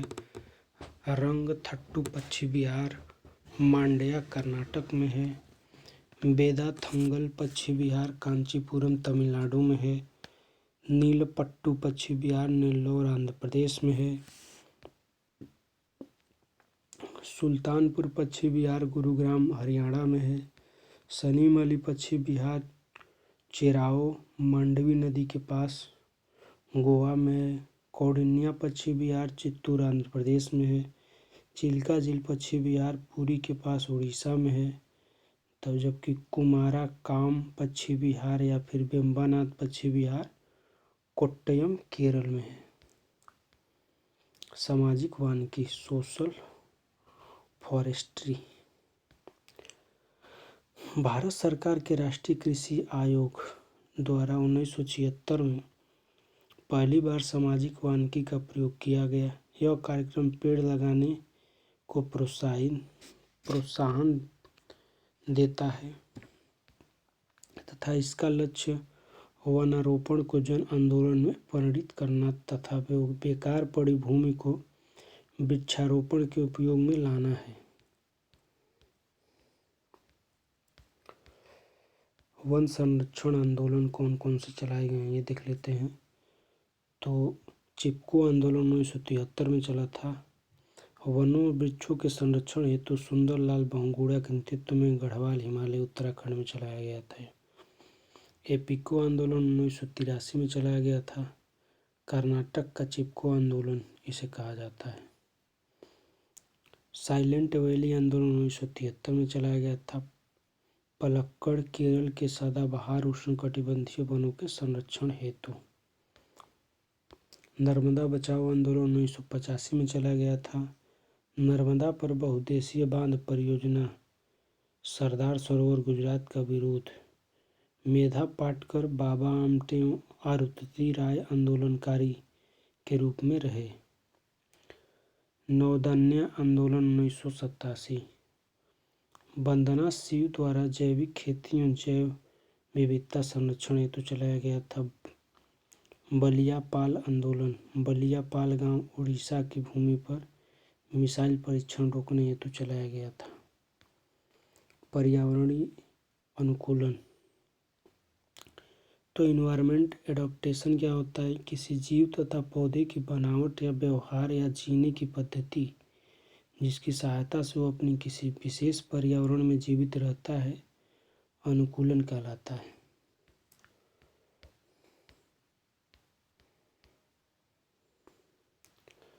लघु जीवन अवधि वाले पौधे को एम्फीमेरल कहते हैं। कुछ प्राणियों में परिवेश के साथ घुल मिल जाने की क्षमता होती है जिसे छद्मावरण कहते हैं, जबकि अनुहरण उस बाहरी समानता को कहते हैं जिसमें दो जातियां एक दूसरे जैसी दिखती हैं। इससे अनुहारक जाति को सुरक्षा संबंधी लाभ प्राप्त हो जाता है।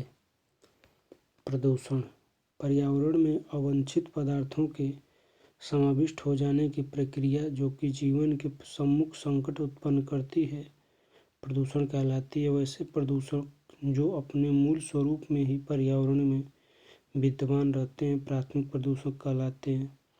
दूसरे शब्दों में कहा जाए तो जिस रूप में उत्पादित होते हैं उसी स्वरूप में बने रहते हैं, जैसे कार्बन डाइऑक्साइड, कार्बन मोनोऑक्साइड इत्यादि।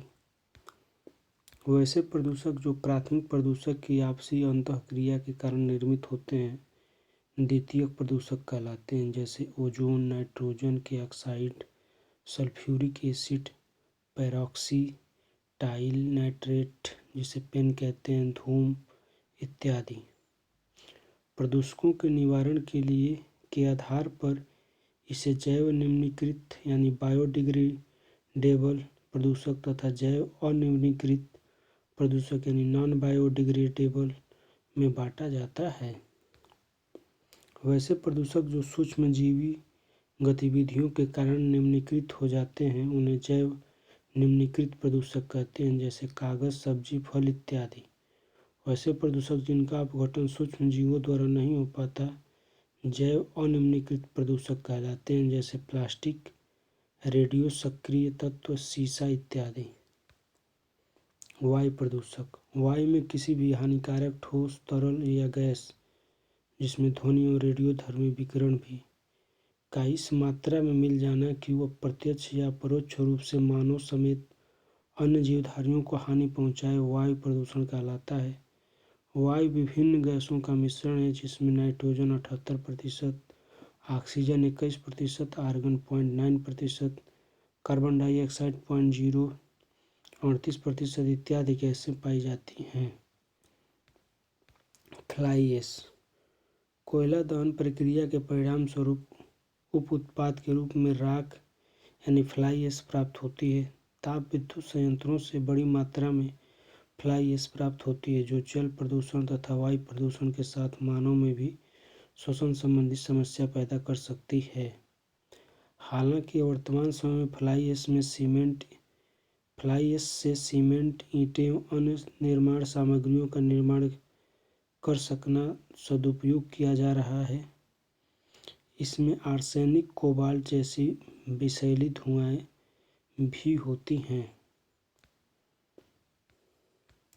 गैसीय प्रदूषक तापमान संयंत्र, मोटर वाहन इत्यादि के संचालन में ईंधन के रूप में पेट्रोल या डीजल का उपयोग किया जाता है जो कणकीय पदार्थ के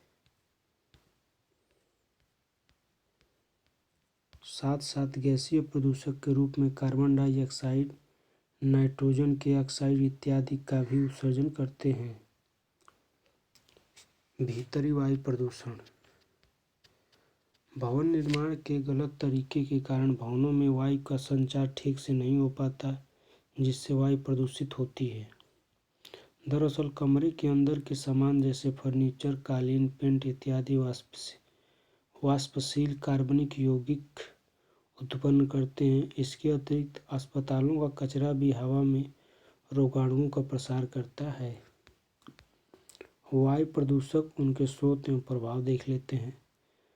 तो कार्बन यौगिक CO और CO2 स्रोत कहाँ से निकलते हैं? तो जीवाश्म ईंधन के दहन से तथा मोटर गाड़ियों से निकलते हैं। इनका प्रभाव होता है हरितगृह प्रभाव उत्पन्न करते हैं, श्वसन संबंधी समस्या उत्पन्न करते हैं। सल्फर के यौगिक जिसमें SO2 और H2S ताप संयंत्र, रिफाइनरी, ज्वालामुखी विस्फोट से निकलते हैं। अम्ल वर्षा करते हैं, श्वसन संबंधी समस्या उत्पन्न करते हैं, पौधों में क्लोरोसिस रोग पैदा करते हैं। नाइट्रोजन के यौगिक NO और N2O ताप संयंत्रों से निकलते हैं, मोटर वाहन वायुमंडलीय अभिक्रिया से निकलते हैं। अम्ल वर्षा करते हैं, पादपों की उत्पादकता में कमी लाते हैं तथा आँखों में फेफड़ों को जलन पहुँचाते हैं। मीथेन आर्द्र भूमि तथा धान के खेत से निकलती है, हरितगृह प्रभाव में योगदान देती है। निलंबित कण निर्माण कार्य से, भाप शक्ति संयंत्र से तथा मोटर वाहन से निकलता है। दृश्य में कमी करता है, लाल रक्तकण के निर्माण में बाधा पहुंचाता है तथा कैंसर फैलाता है। हाइड्रोकार्बन जिसमें बेंजीन, एथाइलीन तो मोटर वाहन, पेट्रोलियम उद्योग से निकलता है, कैंसर का कारण बनता है, श्वसन संबंधी समस्या उत्पन्न करता है। समय पूर्व पत्तियों या फलों का गिर जाना इसके कारण होता है। क्लोरोफ्लोरोकार्बन यानी CFC रेफ्रिजरेटर तथा स्प्रे से निकलता है। भूमंडलीय ऊष्मन तथा ओजोन क्षरण में इसका महत्वपूर्ण योगदान है। ओजोन जिसे O3 कहते हैं, मोटर वाहन से निकलता है, श्वसन संबंधी समस्या उत्पन्न करता है, पर्ण समूह को नुकसान पहुंचाता है।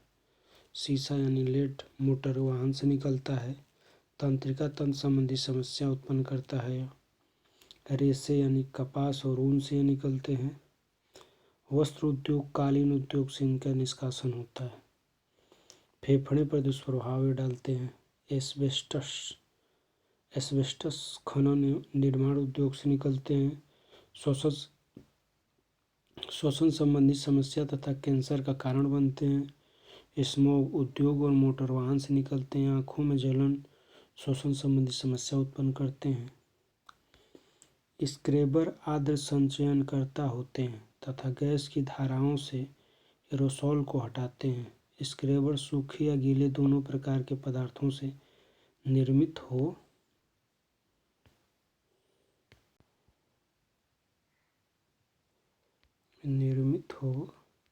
सकते हैं। उदाहरण के लिए सल्फर डाइऑक्साइड की निकासी के लिए अल्कलाइन घोल की आवश्यकता होती है क्योंकि यह सल्फर डाइऑक्साइड को घुला देता है। उसी प्रकार सिलिका जेल जलवाष्प को हटा देता है। वाहनों से होने वाले प्रदूषण को कम करने के लिए वाहनों में उत्प्रेरक कन्वर्टर का प्रयोग किया जाता है जो नाइट्रोजन ऑक्साइड को नाइट्रोजन में बदल देता है, जिससे नाइट्रोजन ऑक्साइड के हानिकारक प्रभाव कम हो जाते हैं। राष्ट्रीय वायु गुणवत्ता सूचकांक देश के बड़े शहरी नगरों में रियल टाइम आधार पर वायु गुणवत्ता की निगरानी करने और जरूरी कार्रवाई करने के लिए जन जागरूकता में वृद्धि करने हेतु राष्ट्रीय वायु गुणवत्ता सूचकांक का शुभारंभ किया गया। इसमें 6 वायु गुणवत्ता सूचकांक श्रेणियां हैं। वायु गुणवत्ता सूचकांक में 8 प्रदूषणकारी तत्वों PM10, PM2.5, nitrogen dioxide, ozone, ammonia, sulphur dioxide, carbon monoxide तथा लेड पर विचार किया जाएगा। याद रहे कि इसमें कार्बन डाइऑक्साइड को नहीं शामिल किया गया है।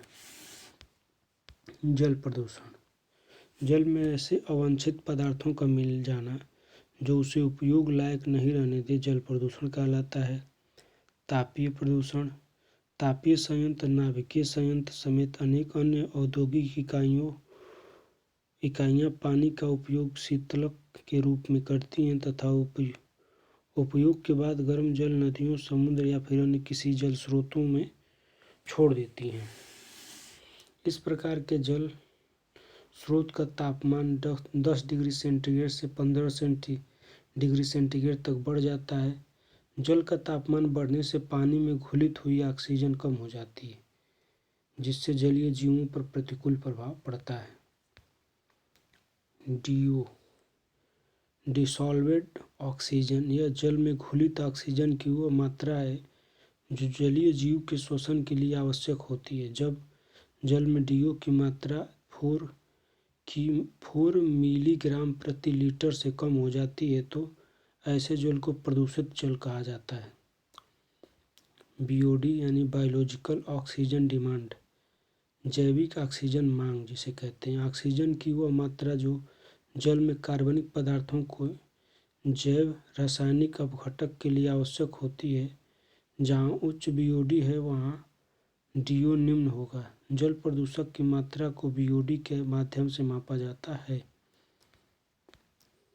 COD केमिकल ऑक्सीजन डिमांड यानी रासायनिक ऑक्सीजन मांग जल में ऑक्सीजन की वह मात्रा जो उपस्थित कुल कार्बनिक पदार्थों बायोडिग्रेडेबल तथा नॉन बायोडिग्रेडेबल के ऑक्सीकरण के लिए आवश्यक होती हैं।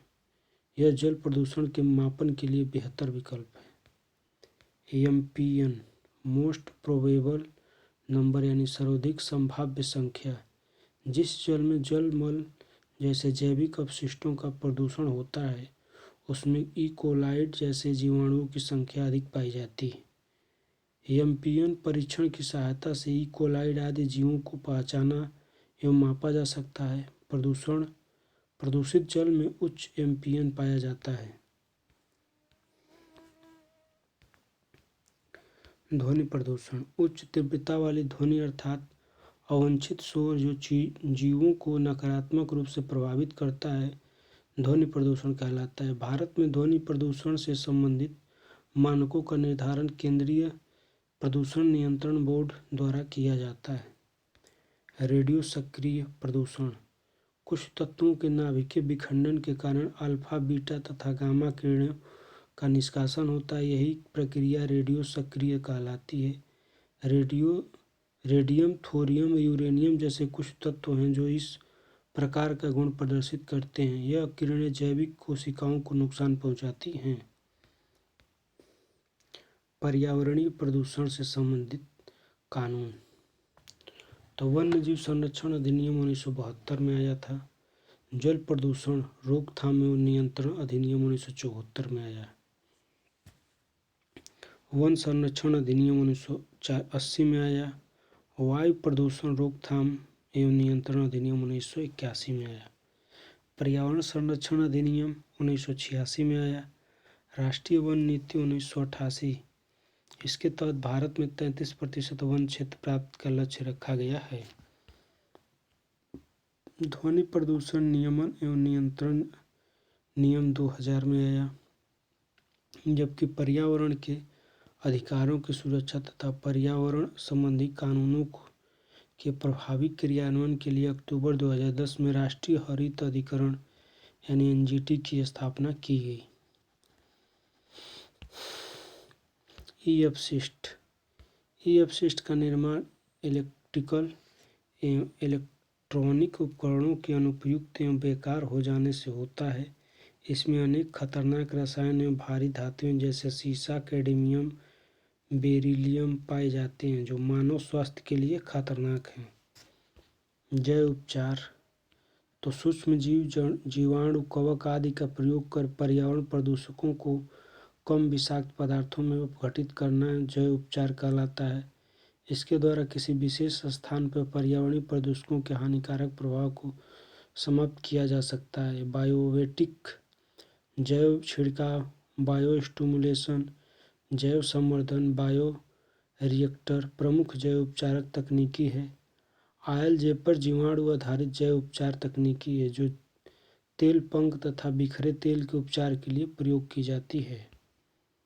हरितगृह प्रभाव। ग्रीन हाउस प्रभाव वह प्रक्रिया है जिसमें ग्रीन हाउस गैसें, जलवाष्प, carbon dioxide, methane, ozone, nitrous oxide आदि सूर्य से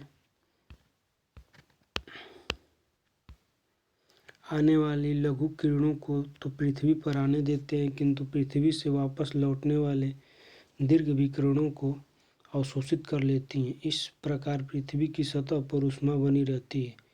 इन गैसों की बढ़ती मात्रा से वायुमंडलीय ऊष्मन की दर में वृद्धि हो रही है। जलवाष्प ग्रीन हाउस गैस के प्रभाव में वृद्धि करने वाला सबसे प्रभावी कारक है। हालांकि मानव जनित कारकों में भूमंडलीय तापमान हेतु कार्बन डाइऑक्साइड सर्वाधिक प्रभावी ग्रीन हाउस गैस है। हाइड्रोफ्लोरोकार्बन, परफ्लोरोकार्बन, सल्फर हेक्साफ्लोराइड अन्य ग्रीन हाउस गैसें हैं। मीथेन का उत्सर्जन प्राकृतिक तथा मानव जनित, जिसमें दलदली भूमि, धान के खेत, जानवरों की जुगली दोनों रूपों से होता है। Global warming. विगत दशकों में पृथ्वी और वायुमंडल के तापमान में अप्रत्याशित वृद्धि दर्ज की गई है, जिसका कारण है ग्रीन हाउस गैसों एवं पर्यावरणीय प्रदूषकों को माना जाता है। वैश्विक तापमान में हुए इसी वृद्धि को ग्लोबल वार्मिंग कहा जाता है, जिससे समुद्री तल में वृद्धि, वर्षा के प्रारूप में परिवर्तन, ग्लेशियर का पिघलना, प्रवाल विरंजन आदि घटनाएं हो सकती हैं। भूमंडलीय तापमान का प्रमुख कारण कार्बन डाइऑक्साइड में वृद्धि है। अम्लीय वर्षा। वायुमंडली में सल्फर डाइऑक्साइड, नाइट्रोजन के ऑक्साइड, क्लोरीन और फ्लोरीन इत्यादि पदार्थों के मिलने के कारण वर्षा में अम्लीयता बढ़ जाती है। इससे वनस्पतियों की प्रकाश संश्लेषण क्रिया एवं संगमरमर की इमारतों पर नकारात्मक प्रभाव पड़ता है। ओजोन परत। ओजोन परत समताप मंडल यानी स्ट्रेटोस्फीयर के मुख्यतः 15 से 30 किलोमीटर की ऊंचाई पर अवस्थित है, जो कि सूर्य से आने वाली हानिकारक पराबैंगनी अल्ट्रावायलेट किरणों को अवशोषित कर जीव समुदाय, विशेषतः मानव को त्वचा कैंसर और अन्य गंभीर बीमारियों से बचाती है। क्लोरोफ्लोरोकार्बन ओजोन परत के क्षरण के लिए प्रमुख उत्तरदायी गैस है। इसका प्रयोग रेफ्रिजरेटर, एयर कंडीशनर, स्प्रे आदि में होता है। इसके अलावा carbon tetrachloride, methyl bromide, methyl chloroform, halons आदि रसायन भी ओजोन परत के क्षरण हेतु जिम्मेदार हैं। 1987 में निर्मित तथा 1979 से प्रभावित मॉन्ट्रियल प्रोटोकॉल ओजोन परत क्षरण से संबंधित है। विश्व ओजोन संरक्षण दिवस 16 सितंबर को मनाया जाता है। समताप मंडल के अतिरिक्त वायुमंडल के निचले स्तर अर्थात क्षोभ मंडल में भी ओजोन पाई जाती है। समताप मंडल की ओजोन अच्छी कहलाती है, जबकि क्षोभ मंडल की ओजोन बुरी कहलाती है, क्योंकि यह वायु को प्रदूषित करती है एवं स्मोक का निर्माण करती है, जो श्वसन के लिए हानिकारक होता है।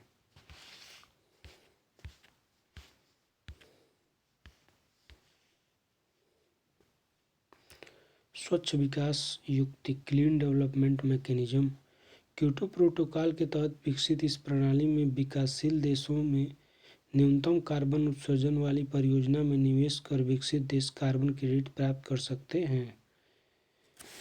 CDM जिसे कहते हैं। कार्बन क्रेडिट क्या है? तो यह एक व्यापार योग्य प्रमाण पत्र है या फिर आज्ञा है जो धारक को 1 टन कार्बन डाइऑक्साइड या इसके वैश्विक ताप क्षमता के बराबर अन्य हरितगृह गैसों के उत्सर्जन का अधिकार देता है। कार्बन टैक्स तो कार्बन टैक्स जीवाश्म ईंधनों के दहन से उत्सर्जित हरितगृह गैसों पर लगाया गया एक टैक्स है, जो एक शुल्क के रूप में हरितगृह गैसों के प्रत्येक टन के उत्सर्जन पर लगता है। कार्बन कैप्चर वैश्विक जलवायु परिवर्तन में कमी लाने हेतु कार्बन डाइऑक्साइड या कार्बन के अन्य रूपों को ग्रहण कर उन्हें लंबे समय तक संग्रहित करके रखना कार्बन अधिग्रहण या फिर कैप्चरिंग कहलाता है। हरित जलवायु निधि COP16 कानकुन मैक्सिको में इसका प्रावधान किया गया, जिससे विकसित देश 2000 तक विकासशील देशों को प्रतिवर्ष $100 बिलियन जलवायु परिवर्तन की चुनौतियों से निपटने के लिए मुहैया कराएंगी। कार्बन फुटप्रिंट से तात्पर्य किसी एक स्थान या व्यक्ति द्वारा किए जाने वाले कुल कार्बन उत्सर्जन से है। भारत में जीव जंतुओं के संरक्षण की परियोजनाएं कौन कौन सी कब कब चालू की गई हैं? तो प्रोजेक्ट टाइगर 1973 में चालू की गई बाघ संरक्षण के लिए। प्रोजेक्ट एलिफेंट 1992 में चालू की गई हाथी उनके आवास संरक्षण के लिए। सेव 2011 में चालू की गई गिद्ध संरक्षण के लिए। हंगुल परियोजना 1970 में चालू की गई कश्मीरी स्टैग, जिसे हंगुल कहते हैं, के संरक्षण हेतु। मगरमच्छ प्रजनन एवं संरक्षण परियोजना कब चालू की गई? 1975 में। मगरमच्छ प्रजनन प्रबंधन और संरक्षण के लिए। इंडियन राइनो विजन 2000-2005 में चालू की गई एक सींग वाले गेंडे को संरक्षण के लिए। लाल पांडा परियोजना 1996 में चालू की गई पूर्वी हिमालय क्षेत्र के लाल पांडा संरक्षण हेतु। कस्तूरी मृग परियोजना 1970 का दशक में आई कस्तूरी मृग के संरक्षण हेतु, तथा हिम तेंदुआ योजना 2009 में आई हिमालयी राज्यों में तेंदुआ संरक्षण के लिए। राष्ट्रीय बाघ संरक्षण प्राधिकरण NTCA की अनुशंसा पर राज्य किसी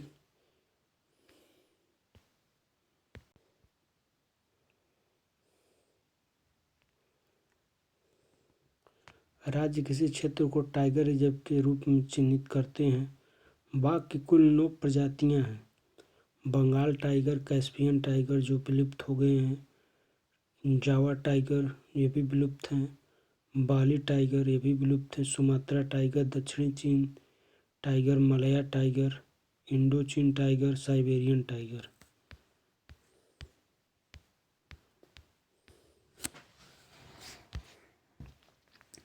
मानस सिमलीपाल सुंदरवन ऐसे जैवमंडल रिजर्व हैं जहाँ टाइगर रिजर्व भी हैं। गंगा डॉल्फिन राष्ट्रीय जलीय जीव जो है केवल स्वच्छ जलीय आवास में जीवित रह सकती है तथा भागलपुर में इसके संरक्षण हेतु डॉल्फिन अभयारण्य भी बनाया जा गया है। केंद्रीय मगरमच्छ प्रजनन एवं प्रबंधन प्रशिक्षण संस्थान हैदराबाद में स्थित है।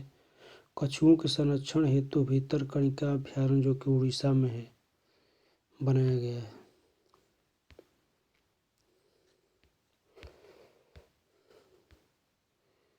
ये परियोजना प्रारंभ की गई कहाँ? भितरकनिका में। मूलतः प्रशांत महासागर में पाए जाने वाले कछुओं की प्रजाति ओलिवेरिडले उड़ीसा के तटीय क्षेत्र में भी पाए जाते हैं। पारिस्थितिकीय मार्ग, इको मार्ग जिसे कहते हैं। भारत सरकार ने 1991 में उपभोक्ता जागरूकता बढ़ाने के लिए इको मार्ग के रूप में पर्यावरण लेबलिंग योजना का शुभारंभ किया, जिससे पर्यावरण के अनुकूल उत्पादों की आसानी से पहचान की जा सके।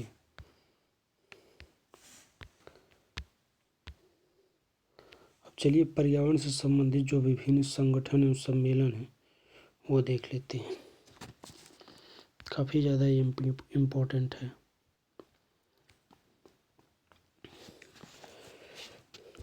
तो लेफ्ट साइड में नाम है, बीच में स्थापना है, उससे संबंधित कुछ विशेषताएं राइट साइड में दी गई हैं। Bombay natural history society Mumbai, तो इसकी स्थापना 1883 में हुई थी। जैव विविधता पर पर्यावरण संरक्षण हेतु भारत में सबसे बड़ा गैर सरकारी संगठन प्रतीक ग्रेट हॉर्नबिल है इसका। भारतीय वनस्पति सर्वेक्षण कोलकाता 1890 में इसकी स्थापना हुई। वन्य पादप संसाधनों का वर्गीकरण एवं पुष्प का अध्ययन करना है। भारतीय प्राणी सर्वेक्षण कोलकाता में ये 1916 में इसकी स्थापना की गई। प्राणीजात संसाधनों का अन्वेषण सर्वेक्षण प्रलेखीकरण सलीम अली पक्षी विज्ञान केंद्र कोयम्बटूर 1990 में इसकी स्थापना हुई।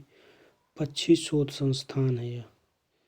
World wide fund for nature India 1969 में इसकी स्थापना की गई वैश्विक जैविक विविधता संरक्षण के लिए। भारतीय वन्यजीव संस्थान देहरादून उत्तराखंड में है। 1982 में इसकी स्थापना हुई। वन्यजीव अनुसंधान और प्रबंधन हेतु प्रशिक्षण एवं अकादमिक कोर्स के लिए। भारतीय वन सर्वेक्षण देहरादून 1981 में इसकी स्थापना हुई। वन संसाधनों का मूल्यांकन करने के लिए। भारतीय पशु कल्याण बोर्ड चेन्नई में जो है 1962 में इसकी स्थापना हुई। पशु कल्याण हेतु भारत सरकार का वैधानिक सलाहकार है। राष्ट्रीय जैव विविधता प्राधिकरण चेन्नई में जो है 2003 में इसकी स्थापना हुई। जैव विविधता अधिनियम 2002 के क्रियान्वयन हेतु। केंद्रीय चिड़ियाघर प्राधिकरण नई दिल्ली में जो है 1992 में इसकी स्थापना हुई। वन्य जीवों विशेषतः चिड़ियाओं में का संरक्षण करना। भारतीय वन्यजीव ट्रस्ट नोएडा 1998 में इसकी स्थापना हुई। संकटापन्न प्रजातियों का प्राकृतिक आवास में संरक्षण।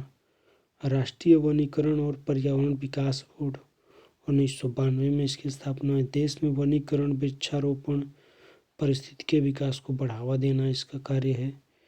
टिएरी the energy and resource institute जिसे कहते हैं, नई दिल्ली में इसकी मुख्यालय 1974 में इसकी स्थापना हुई। पर्यावरण व ऊर्जा संरक्षण, धारणीय विकास को बढ़ावा देना इसका कार्य है। पर्यावरण से संबंधित विभिन्न अंतर्राष्ट्रीय संगठन देख लेते हैं। तो संयुक्त राष्ट्र पर्यावरण कार्यक्रम जिसे UNEP कहते हैं, नैरोबी में इसका मुख्यालय है। केन्या में 1972 में इसकी स्थापना हुई। संयुक्त राष्ट्र महासभा के मानव पर्यावरण केंद्र जो कि 1992 में स्टॉकहोम स्वीडन के परिणाम स्वरूप गठित हुआ था। जलवायु परिवर्तन पर अंतरराष्ट्रीय पैनल IPCC का गठन UNEP एवं विश्व मौसम विज्ञान संगठन WMO ने मिलकर किया था इसी समय। प्राकृतिक संरक्षण हेतु अंतर्राष्ट्रीय संघ IUCN ग्लैंड स्विट्जरलैंड में इसका मुख्यालय है। 1948 में इसकी स्थापना हुई थी। संकटग्रस्त जीव जंतुओं के लिए रेड डाटा बुक जारी करता है। World wide fund WWF gland Switzerland में इसका भी मुख्यालय है। 1961 में इसकी स्थापना हुई थी। पर्यावरण शोध संरक्षण पुनर्स्थापना स्लोगन है इसका, फॉर ए लिविंग प्लेनेट। सबसे बड़ा वैश्विक स्वतंत्र संरक्षण संगठन है। प्रत्येक चीन इसका ज्वाइंट पांडा है। वन्य जीव वनस्पति की लुप्तप्राय प्रजातियों के अंतर्राष्ट्रीय व्यापार पर कन्वेंशन यानी साइट्स, इसका मुख्यालय जेनेवा स्विट्जरलैंड में है। 1975 से लागू है। वन्य जीवों के अवैध व्यापार को रोकना इसका कार्य। इसे वाशिंगटन कन्वेंशन भी कहते हैं। भारत में साइट में 1976 में शामिल हुआ था। भारत साइट में 1976 में शामिल हुआ। प्रवासी प्रजातियों के संरक्षण पर सम्मेलन जिसे बॉन जर्मनी में हुआ था 1989 में संधि हुई, 1983 में लागू हुआ। 1979 में संधि हुई, 1983 में लागू हुआ। इसे बॉन सम्मेलन भी कहा जाता है। वैश्विक स्तर पर प्रवासी वन्य जीव और उनके आवासों को संरक्षित करना है।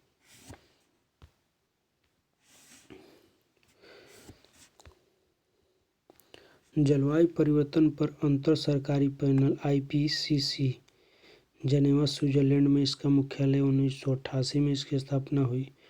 मानवीय गतिविधियों से जलवायु परिवर्तन के खतरों का मूल्यांकन करता है। UNEP और WMO द्वारा इसकी स्थापना हुई थी।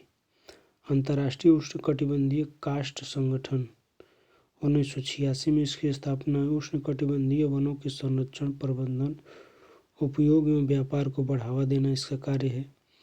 वर्ल्ड कंजर्वेशन मॉनिटरी सेंटर 2000 में इसकी स्थापना हुई। जैव विविधता सूचनाओं का एक एकत्रीकरण और आकलन करता है। वर्ल्ड वॉच इंस्टीट्यूट WWI 1974 में इसकी स्थापना। वैश्विक पर्यावरणीय चिंताओं पर स्वतंत्र शोध करता है। वर्ल्ड रिसोर्स इंस्टीट्यूट 1982 में इसकी स्थापना हुई। धारणीय विकास को पर्यावरण से जोड़ना इसका कार्य है। ग्रीन पीस एम्स्टर्डम नीदरलैंड में इसका मुख्यालय है।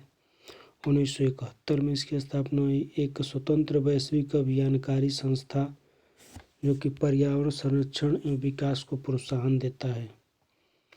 वर्ल्ड लाइफ इंटरनेशनल 1922 में इसकी स्थापना हुई थी। पक्षियों और उनके आवासों का संरक्षण करना है इसका कार्य। वर्ल्ड नेचर ऑर्गेनाइजेशन पर्यावरण संरक्षण हेतु वैश्विक अंतर सरकारी संगठन है। सतत विकास पर सम्मेलन देख लेते हैं। तो पृथ्वी सम्मेलन या फिर पर्यावरण एवं सतत विकास पर संयुक्त राष्ट्र सम्मेलन जो कि रियो डी जेनेरियो ब्राज़ील में हुआ था 1992 में। जलवायु परिवर्तन जैव विविधता और सतत विकास पर रियो घोषणा पक्ष हुआ। यहाँ एजेंडा 21 सतत विकास संबंधी कार्य योजना यहीं से आई थी। रियो +5 1997 में हुआ। एजेंडा 21 के 5 वर्षों के कार्य की समीक्षा की गई। रियो +10 जो कि जोहान्सबर्ग दक्षिण अफ्रीका में हुआ। इसे जोहान्सबर्ग सम्मेलन भी कहते हैं। 2002 में ये हुआ था। इसे सतत विकास पर विश्व सम्मेलन भी कहते हैं। सहस्त्राब्दी विकास लक्ष्य यानी MDG को लागू करने का लक्ष्य रखा गया यहाँ पे। रियो +20 रियो डी जेनेरियो ब्राज़ील तो 2012 में यह हुआ। MDG के स्थान पर सतत विकास लक्ष्य SDG अगले 15 साल यानी 17 लक्ष्यों 169 प्रयोजन 2030 तक के लिए घोषित किए गए। चलिए जलवायु परिवर्तन से संबंधित कुछ प्रमुख सम्मेलन देख लेते हैं। तो जलवायु परिवर्तन पर संयुक्त राष्ट्र framework convention UNFCCC COP1 Berlin Germany, COP23 बॉन जर्मनी।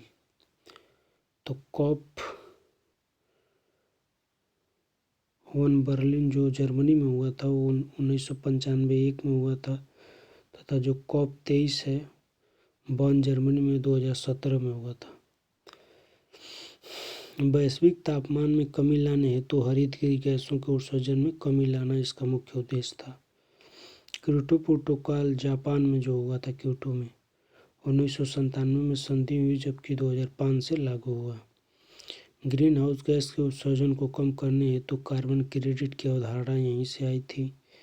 पेरिस करार COP 21 2015 में हुआ था। वैश्विक औसत तापमान वृद्धि को इस शताब्दी में पूर्व औद्योगिक स्तर से 2 डिग्री सेंटीग्रेड से नीचे रखना और आगे 1.5 डिग्री सेंटीग्रेड तक तापमान वृद्धि को सीमित रखना है। मार्केस COP 22 मार्केस मोरक्को में हुआ था। 2016 में पेरिस समझौते के क्रियान्वयन हेतु यह हुआ।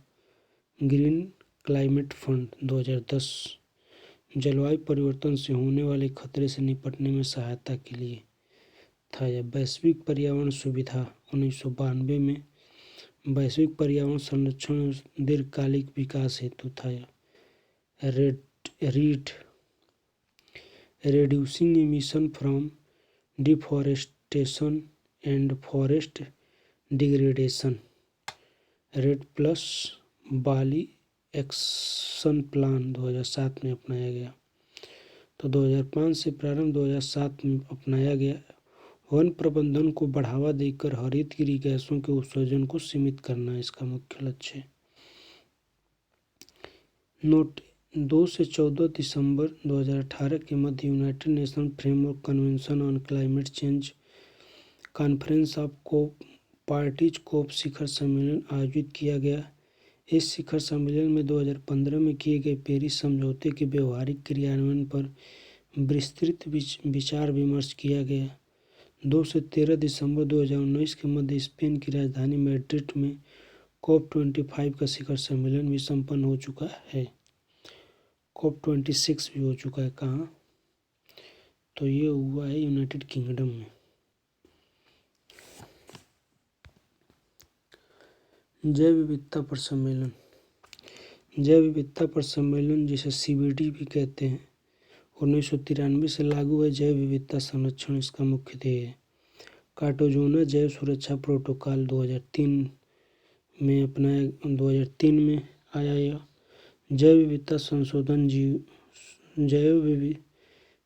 जीवित संशोधित जीवों के सुरक्षित हस्तांतरण, हैंडलिंग और उपयोग से संबंधित है।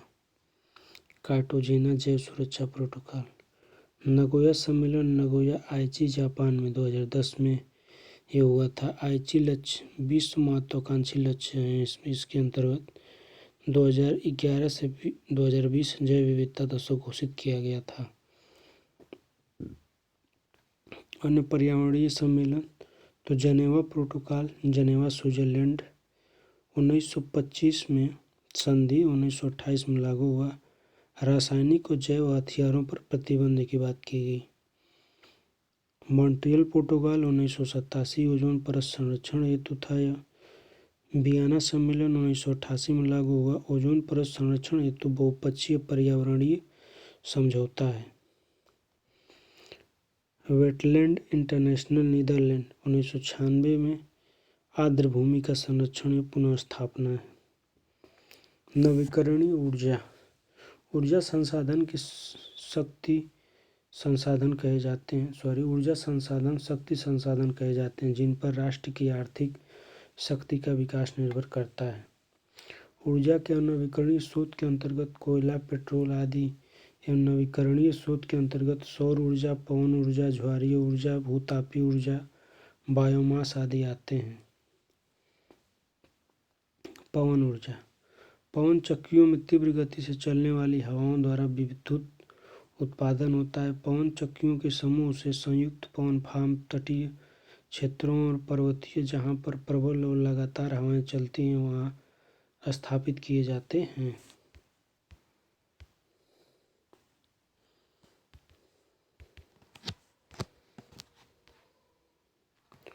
नोट: पवन ऊर्जा की स्थापित क्षमता में भारत का स्थान चीन, USA और जर्मनी के बाद चौथा है।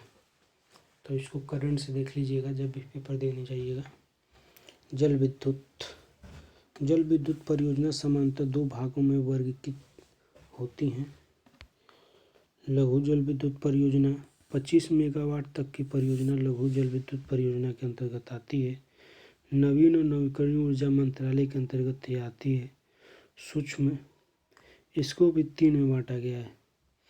इसमें सूक्ष्म जल विद्युत, जिसमें 100 किलोवाट तक, मिनी जल विद्युत 101 से 2000 किलोवाट तक तथा स्मॉल जल विद्युत 2001 से 25,000 किलोवाट तक इसमें आती हैं। बृहद जल विद्युत परियोजना 25 मेगावाट से ऊपर की परियोजना इसके अंतर्गत आती हैं। यह विद्युत मंत्रालय के अधीन आता है, भारत सरकार, जबकि वह नवीन और नवीकरणीय ऊर्जा मंत्रालय के अंतर्गत आता है। सौर ऊर्जा, सौर ऊर्जा में विद्युत निर्माण की 2 विधियां प्रचलित हैं। पहला है फोटोवोल्टिक। फोटोवोल्टिक सेल पर सूर्य द्वारा उत्सर्जित फोटॉन्स के पड़ने से सीधे बिजली पैदा होती है। यह सेल सिलिकॉन की 2 परतों की बनी होती है। इससे दृष्ट धारा यानी डीसी उत्पन्न होती है, जिसको इन्वर्टर की सहायता से प्रत्यावर्ती धारा एसी में बदला जा सकता है। तथा दूसरा है कॉन्स्टेंटिंग सोलर पावर। यह सूर्य तापी तकनीकी भी कहा जाता है। लेंस एवं मिरर के प्रयोग द्वारा प्रतिवर्ती धारा एसी उत्पन्न की जाती है इसके द्वारा। नई प्रौद्योगिकी, तो भूतापी ऊर्जा, यह पृथ्वी के क्रस्ट में संचित ताप है, जिससे पृथ्वी के अंदर भंडारित यूरेनियम, थोरियम और पोटेशियम आइसोटोपों के विकिरण तथा पृथ्वी के कोर की तरल मैग्मा द्वारा प्राप्त किया जाता है। यह ज्वालामुखी, उष्ण जल स्रोत आदि के रूप में पृथ्वी सतह पर दिखाई पड़ते हैं। भारत में भूतापीय ऊर्जा संबंधी क्षेत्र कौन कौन है? तो जम्मू कश्मीर में पूंगा घाटी, जो कि लद्दाख में है इस समय, हिमाचल प्रदेश में मणिकर्ण तथा ज्वालामुखी, उत्तराखंड में तपोवन, झारखंड में सूरजकुंड जो कि हजारीबाग में है, छत्तीसगढ़ में तातापानी जो कि बलरामपुर में है, उड़ीसा में तप्तपानी तथा मध्य प्रदेश में अनहोनी।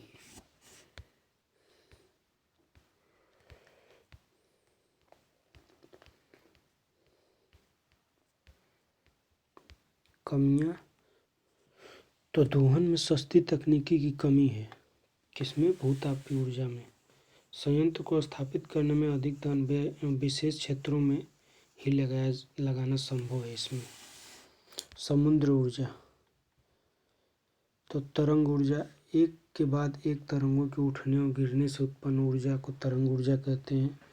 ज्वारी ऊर्जा, ज्वार भाटा के उठने और गिरने से उत्पन्न ऊर्जा। इस हेतु खाड़ी या फिर मुहाने पर एक बांध बनाया जाता है। भारत में खंभात की खाड़ी, कच्छ की खाड़ी एवं हुगली के ज्वारनदमुख क्षेत्रों में इस ऊर्जा की अच्छी संभावना है। समस्याएं क्या हैं इसमें? तो ज्वार क्रीकों की कम संख्या, उच्च ज्वार श्रेणी 5.5 मीटर से ऊपर की भारतीय तटीय क्षेत्रों में कमी है। उच्च क्षमता के क्षेत्र के सुदूरवर्ती होने के कारण ऊर्जा का प्रेषण खर्चीला, बांध निर्माण कार्य भी खर्चीला है। बायोमास से जैव ऊर्जा,